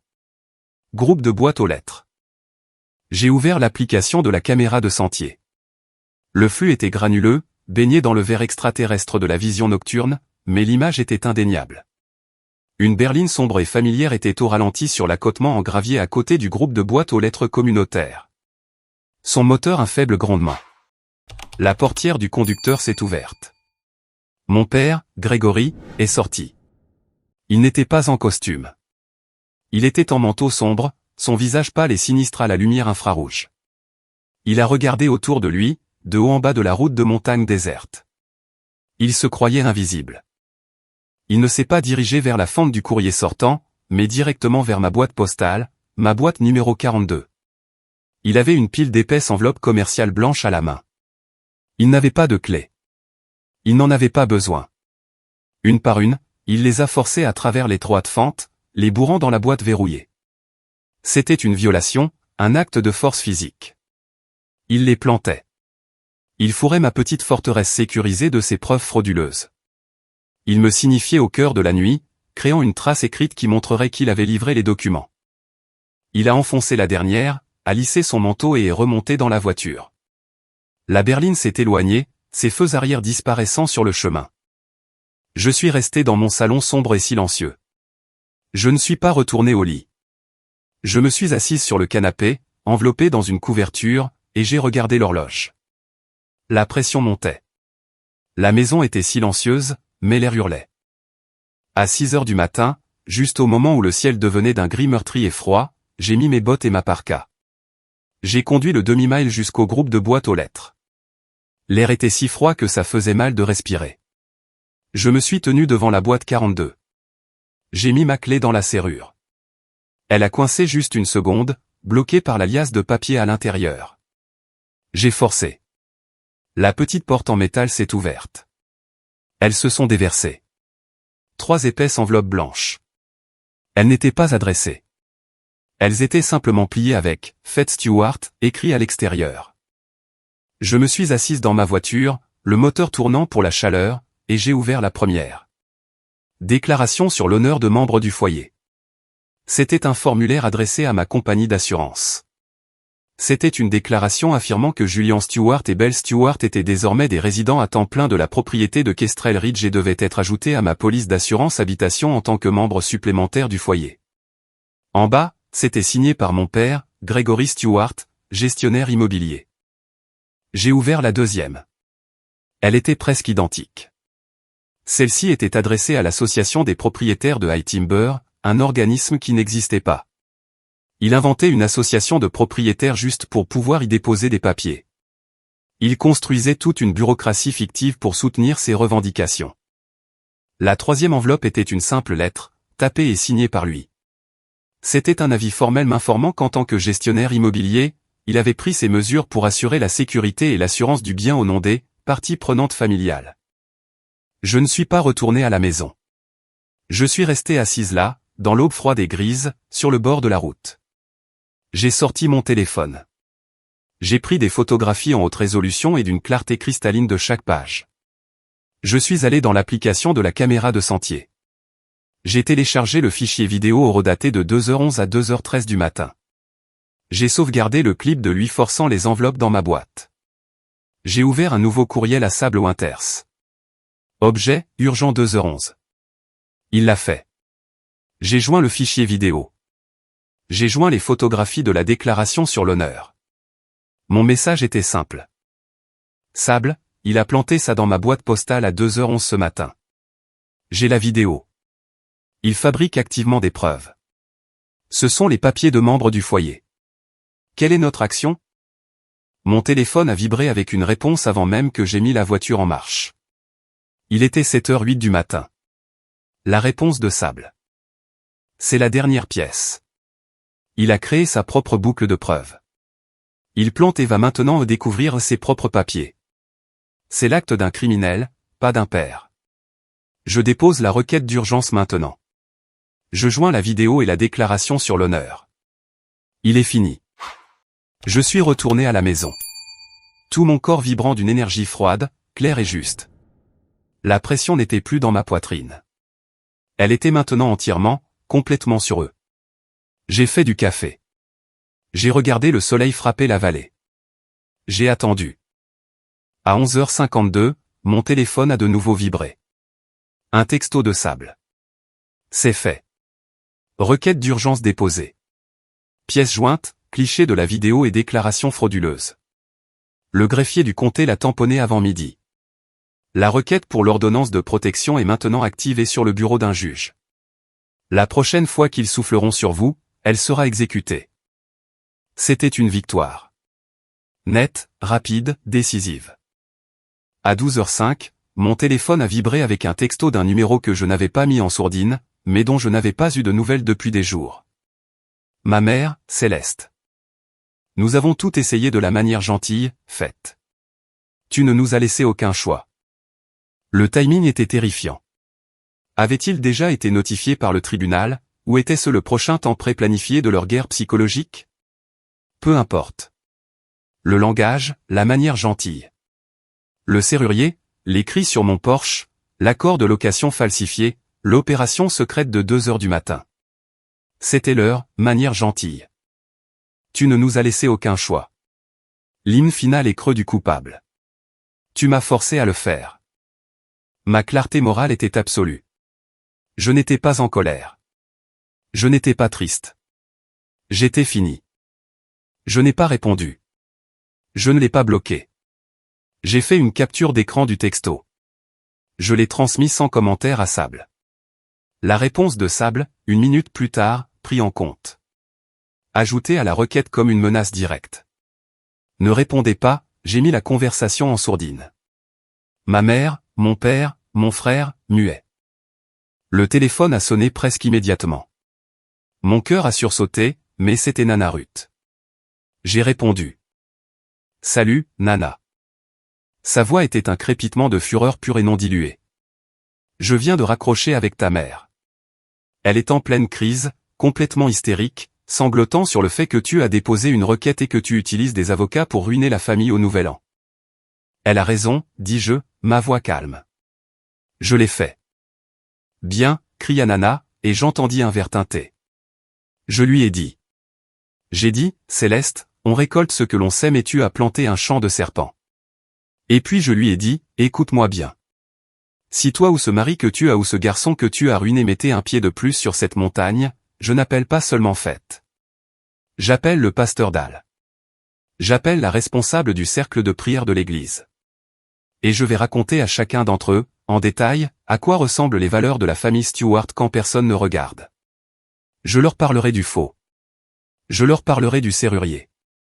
Je leur parlerai de ton mari rôdant autour des boîtes aux lettres au milieu de la nuit. On verra comment ta précieuse réputation tiendra le coup quand elle sera lue à haute voix à la prochaine vente de gâteaux. Un petit rire sec et bref m'a échappé. C'était la première fois que je riais en une semaine. Mon Dieu, Nana, c'est chirurgical. C'est le seul langage qu'ils comprennent, dit-elle, sa voix sombre. La honte. Maintenant, écoute-moi. Demain, c'est le réveillon du Nouvel An. Ce sont des vipères, mais des vipères dramatiques. Ils aiment les vacances. Ils aiment un public. Ne sois sous aucun prétexte seul dans cette maison demain soir. Tu m'entends? Je t'entends, Nana, dis-je. Je crois que j'ai un plan. J'ai raccroché. Ne sois pas seul. Un plan de sécurité. Mon esprit était déjà en mouvement. J'avais la défense légale. J'avais la défense sociale, grâce à Nana. Maintenant, j'avais besoin de la défense physique, mais pas une défense de murs et de serrures. Une défense de lumière, de chaleur, de bruit et de témoins. J'ai appelé Sarah, ma voisine d'en bas de la crête. Sarah, salut. C'est fête de la maison en A. Je sais que c'est incroyablement de dernière minute, mais j'organise une petite porte ouverte très informelle demain soir pour le réveillon. Juste du chocolat chaud et du chili. Serais-tu libre avec Tom pour passer? On adorerait, dit-elle, sa voix chaleureuse. On apportera cet apéritif bizarre avec les olives. J'ai envoyé un texto de groupe à Priya, Gab et Luz. Objet, plan du Nouvel An. Chez moi. 19h, apportez vos voix les plus fortes et vos pires jeux de société. Nous faisons une fête. Réponse de Gab, en route. Nous sommes tes boucliers sociaux. Le lendemain, 31 décembre, je me suis préparé pour la bataille. J'ai fait une énorme marmite de chili qui a mijoté tout l'après-midi, remplissant la maison de l'odeur de cumin et d'ail. J'ai installé un bar à chocolat chaud sur la table à manger, mini guimauve, copeaux de chocolat, bâtons de menthe poivrée, crème fouettée. Mes amis sont arrivés à 6 heures, tapant la neige de leurs bottes, les bras chargés de vin et de chips. Le périmètre est sécurisé, annonça Luz en me faisant un câlin. Mes voisins, Sarah et Tom, sont arrivés à 7 heures. 2 autres couples de la crête, des gens à qui je n'avais fait que des signes de la main, ont vu les lumières et ma porte ouverte et se sont arrêtés. À 7h30, ma maison était pleine. Elle était bruyante. Elle était chaude. Les rires rebondissaient sur les hauts plafonds à poutres. C'était la forteresse. C'était la vraie sécurité. Ils ne pouvaient pas jouer la carte de la famille inquiète devant une salle pleine de mes amis adultes riants et heureux. Ils ne pouvaient pas être les victimes si j'étais l'hôtesse gracieuse. J'ai pris une dernière mesure. Je suis allé à mon bureau. J'ai sorti la pochette plastifiée que j'avais faite. D'un côté se trouvait la lettre originale d'interdiction d'accès. De l'autre côté se trouvait la première page de la requête d'urgence, estampillée en rouge par le greffier du comté la veille. Je suis allé à la table d'entrée, juste à côté de la porte d'entrée. Je l'ai posée sur un petit présentoir en fer. Je l'ai placée entre la pile de serviettes de fête et la rangée de tasses à café propres pour le chocolat chaud. C'était une décoration, une déclaration de fait. Priya l'a vue. Elle a sifflé, doucement. Mince, fête. C'est le toit le plus froid et le plus beau que j'ai jamais vu. C'est juste la politique des invités, dis-je en lissant le devant de mon pull. J'ai regardé la porte qu'ils avaient essayé de percer. J'ai regardé mes amis, leurs visages brillants à la lueur du feu. J'ai regardé la vérité plastifiée, posée là pour que tout visiteur puisse la lire. Je ne négocierai pas ma maison sur un pas de porte. Je ne serai pas prise en embuscade. Je ne serai pas entraîné dans une autre dispute à grands cris. Le débat était terminé. Les faits étaient imprimés. Mon vœu était silencieux, mais il s'est installé dans mes os, aussi solide que l'acier renforcé dans le chambranle de la porte. Je me suis tourné vers mes invités, un sourire éclatant et sincère sur le visage. Ok, qui veut la première tasse de chocolat chaud? J'ai les bonnes guimauves. Nous rions. Mon voisin, Tom, était au milieu d'une histoire sur un ours qui avait essayé de voler sa poubelle de recyclage, et le chili était presque fini. La maison était bruyante et lumineuse. Puis les rires se sont éteints. Pas d'un seul coup, mais en une vague lente et décroissante, partant des voisins debout le plus près de la grande paroi de verre. Leurs sourires se sont figés. Faites, murmura Sarah, sa main se resserrant sur sa tasse. Tu as de la compagnie. J'ai regardé dehors. Le craquement familier et menaçant du gravier sous des pneus lourds a résonné dans l'allée. Pas un véhicule, mais deux. 2 grands VUS sombres gravissant ma route. Leurs phares ont projeté des entailles blanches et dures sur le mur de mon salon, illuminant les visages choqués de mes invités. Il était 20h03. Le réveillon du Nouvel An. La pièce est devenue absolument silencieuse. J'ai senti la main de Priya trouver mon épaule et la serrer. Une petite pression ferme de soutien. De l'autre côté de la pièce, j'ai vu Gab lever son téléphone, pas de manière intrusive, mais en l'orientant vers la porte. Il a appuyé sur enregistrer.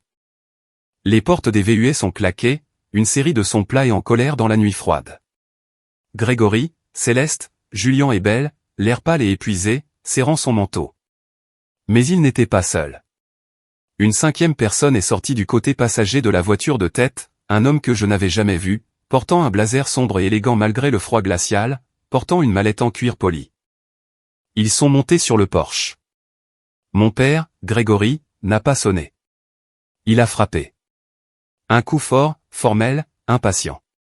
Thump, thump, thump. Comme un PDG exigeant d'entrer dans une réunion. J'ai posé ma tasse sur le comptoir. Je suis allé à la porte d'entrée. Mes invités se sont écartés, silencieux. J'ai regardé la table d'entrée. Mes documents plastifiés étaient là, juste à côté des bâtons de menthe poivrée. J'ai senti un calme froid et complet s'installer en moi. J'ai ouvert la porte. L'air froid s'est engouffré, tourbillonnant autour de mes chevilles. Ils étaient tous là, encadrés dans la lumière. Ils étaient visiblement surpris. Ils s'attendaient à ce que je sois seul. Ils ne s'attendaient pas à une salle pleine de témoins souriants et silencieux. Ma mère, Céleste, a hésité, son visage de mère inquiète préarrangé s'effondrant dans la confusion. L'homme au blazer s'est avancé. Il était tout en calme étudié et en parfum cher. « Madame Stewart ?»« Faites Stewart ?» demanda-t-il, sa voix douce et artificiellement raisonnable. « Mon nom est Monsieur Harrison. Je suis un médiateur familial engagé par vos parents pour résoudre cette situation à l'amiable. »« Il n'y a pas de situation à résoudre, Monsieur Harrison, » dis-je. Ma voix était stable et je l'ai amplifiée juste assez pour que tout le monde dans la pièce derrière moi entende chaque mot. J'ai regardé par-dessus lui. « Grégory, Céleste, Julian, vous violez une propriété privée. Vous avez reçu un avis légal de rester à l'écart de cette propriété. » Monsieur Harrison a levé une main apaisante, comme pour calmer un enfant hystérique. « Allons, faites, ce n'est pas comme ça que nous voyons les choses. Ce n'est pas comme ça que la loi le voit. » Il a ouvert sa mallette avec une série de petits clics pointilleux. Il a sorti un document. J'ai ici un accord d'occupation temporaire. Antidaté. Il cite votre consentement pour que Julian et Belle prennent résidence. Je n'ai jamais consenti, dis-je, ma voix plate. Ah, dit-il en tapotant le papier avec un doigt propre. Mais si. Ce document cite un consentement par le silence. Votre incapacité à vous engager dans un dialogue productif et axé sur la famille après leur demande initiale raisonnable constitue une approbation tacite selon les directives de la médiation familiale. Nous sommes simplement ici pour finaliser l'emménagement. Consentement par le silence. L'arrogance pure et simple de la chose. Ils avaient inventé un nouveau type de loi. Une loi où mon refus d'être intimidé était tordu en ma permission. J'ai presque souri. Monsieur Harrison, dis-je, c'est la théorie juridique la plus créative et la plus désespérée que j'ai jamais entendue. Je leur ai tourné le dos une seconde. J'ai fait les 2 pas jusqu'à la table d'entrée. J'ai pris mon document plastifié, celui posé à côté des tasses de chocolat chaud. Je me suis retourné vers la porte et je l'ai tenu en l'air, la lumière du porche attrapant le plastique. Ceci, dis-je, ma voix aussi vive et froide que l'air de la nuit, est l'acte de propriété de la LLC pour cette propriété. Elle appartient à Alcyon Pin, pas à Faites Stewart. Ceci, j'ai tapoté la 2e page, et l'ordonnance d'interdiction d'accès déposée et enregistrée auprès du shérif du comté, les nommant spécifiquement. Ceci, j'ai tapoté la 3e page, et la lettre de mise en demeure décrivant leur tentative de fraude postale. Et ceci est mon préféré. C'est la requête d'urgence estampillée hier par le greffier du comté, reconnaissant leur contrefaçon criminelle d'un accord de location. Le sourire du médiateur a tressailli. Il lui manquait clairement des données. J'ai regardé par-dessus lui, croisant le regard de mon père. Le consentement par le silence n'est pas un consentement, Grégory. C'est une illusion. Vous ne vivez pas ici. Julian, qui vibrait d'une rage silencieuse et enfantine, a finalement craqué. Il a ricané, sa voix dégoulinant du mépris qui avait été la bande sonore de ma vie. Tu penses que c'est impressionnant? Ta petite Fête, tes faux amis. Tu es seule, Fête. Tu es une seule personne. Nous sommes une famille. C'était l'ancienne arme. Celle qu'ils utilisaient toujours. Tu es seule. Nous sommes nombreux. Je ne l'ai même pas regardé. J'ai regardé juste par-dessus son épaule, dans le coin sombre de ma propre entrée. Je ne suis pas seul, dis-je. J'ai hoché la tête. Officier, vous pouvez entrer maintenant. Des ombres du hall d'entrée, où il se tenait tranquillement à mon invitation préalable, l'adjoint Miller s'est avancé dans la lumière du porche. Il était en uniforme complet, son chapeau à la main, son expression absolument neutre. Ma famille s'est figée. Le visage de mon père est passé de sévère à cendré en une fraction de seconde. Ma mère a laissé échapper un petit hoquet étouffé. Monsieur Harrison, le médiateur, avait l'air d'avoir avalé sa cravate. Sable l'avait précoordonné, une assistance de bien-être. Il était là pour s'assurer que la paix était maintenue. L'adjoint est passé devant moi, se tenant dans l'embrasure de la porte, un objet solide et inamovible entre ma maison et ma famille. Il ne m'a pas regardé. Il s'est adressé à eux. Monsieur et Madame Stewart, Monsieur Julian Stewart. Vous êtes en violation d'une ordonnance d'interdiction d'accès déposée. Vous êtes également en violation d'une requête d'urgence active pour une ordonnance de protection. Vous avez été averti. Il a tenu une épaisse enveloppe blanche. Ceci est une assignation formelle. Toute autre tentative d'entrer sur cette propriété, d'interférer avec le courrier ou de contacter la propriétaire de cette LLC entraînera votre arrestation immédiate. Il l'a tendu. Pas à mon père, mais à eux tous. Vous êtes signifié. Grégory a fixé l'enveloppe comme si c'était une bombe. Ma mère, Céleste, a finalement craqué. La performance était terminée. Elle a laissé échapper un petit son sanglotant et, dans un geste désespéré, elle a tendu la main vers celle de Belle, la seule autre mère, sa dernière alliée. Et puis toute la structure pourrie s'est effondrée. Belle a arraché sa main. Elle l'a retirée si fort qu'elle a trébuché, ses yeux grands et humides dans la lumière crue du porche. Sa voix tremblait, mais elle était claire et nette.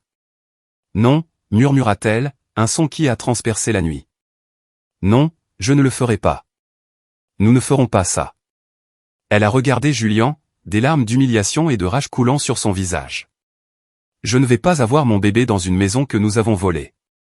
Je ne le ferai pas Je rentre à la maison. Elle s'est retournée, pleurant, et s'est éloignée d'eux. Elle a cherché à tâtons la poignée de la porte du VUS, est montée et a claqué la porte. Mon père, Grégory, était dégonflé. Il avait perdu. Il a essayé l'ancien ton. La voix du père raisonnable une dernière fois pathétique. Faites, sois raisonnable. Je l'ai regardé. J'ai regardé ma mère qui fixait, horrifiée, le dos de Belle qui se retirait. J'ai regardé mon frère qui se tenait là, abasourdi, son monde entier se défaisant. J'étais stable.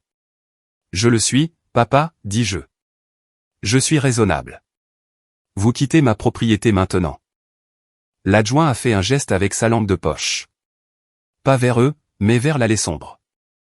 Par ici, les gens. Le spectacle est terminé. Julien avait l'air de vouloir discuter, mais il a vu la main de l'officier reposer sur sa ceinture. Il n'a rien dit. Mon père a arraché l'assignation de la main de l'adjoint. Céleste a suivi. Une petite femme vaincue. Le médiateur a attrapé sa mallette et a presque couru vers la voiture. L'adjoint se tenait là, les bras croisés, et les a tous regardés monter.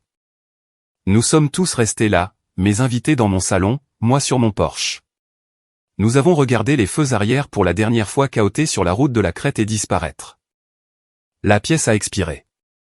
C'était un seul son collectif de tension relâchée. Je suis resté là un moment, dans l'air froid, pur et silencieux. J'ai regardé l'endroit où il s'était tenu. Puis je suis rentré à l'intérieur. J'ai fermé ma porte en bois massif. J'ai tourné le pêne dormant. Le lourd, tinc, renforcé sonnant final. Je me suis retourné vers mes amis, mes voisins, mes invités. Ils me regardaient tous, les yeux écarquillés. J'ai souri, un vrai sourire chaleureux. Comme je le disais, dis-je en me dirigeant vers la cuisine. Chocolat chaud sur la terrasse. Qui veut un supplément de crème fouettée? Merci beaucoup d'avoir écouté cette histoire. Je suis curieux. D'où écoutez-vous? Faites-le moi savoir dans les commentaires ci-dessous pour que nous puissions nous connecter. Et n'hésitez pas à partager vos propres réflexions à ce sujet. N'oubliez pas de vous abonner et d'aimer cette vidéo. Et si cette histoire a résonné en vous, veuillez nous soutenir en appuyant sur ce bouton d'enthousiasme pour qu'elle puisse être entendue par plus de personnes.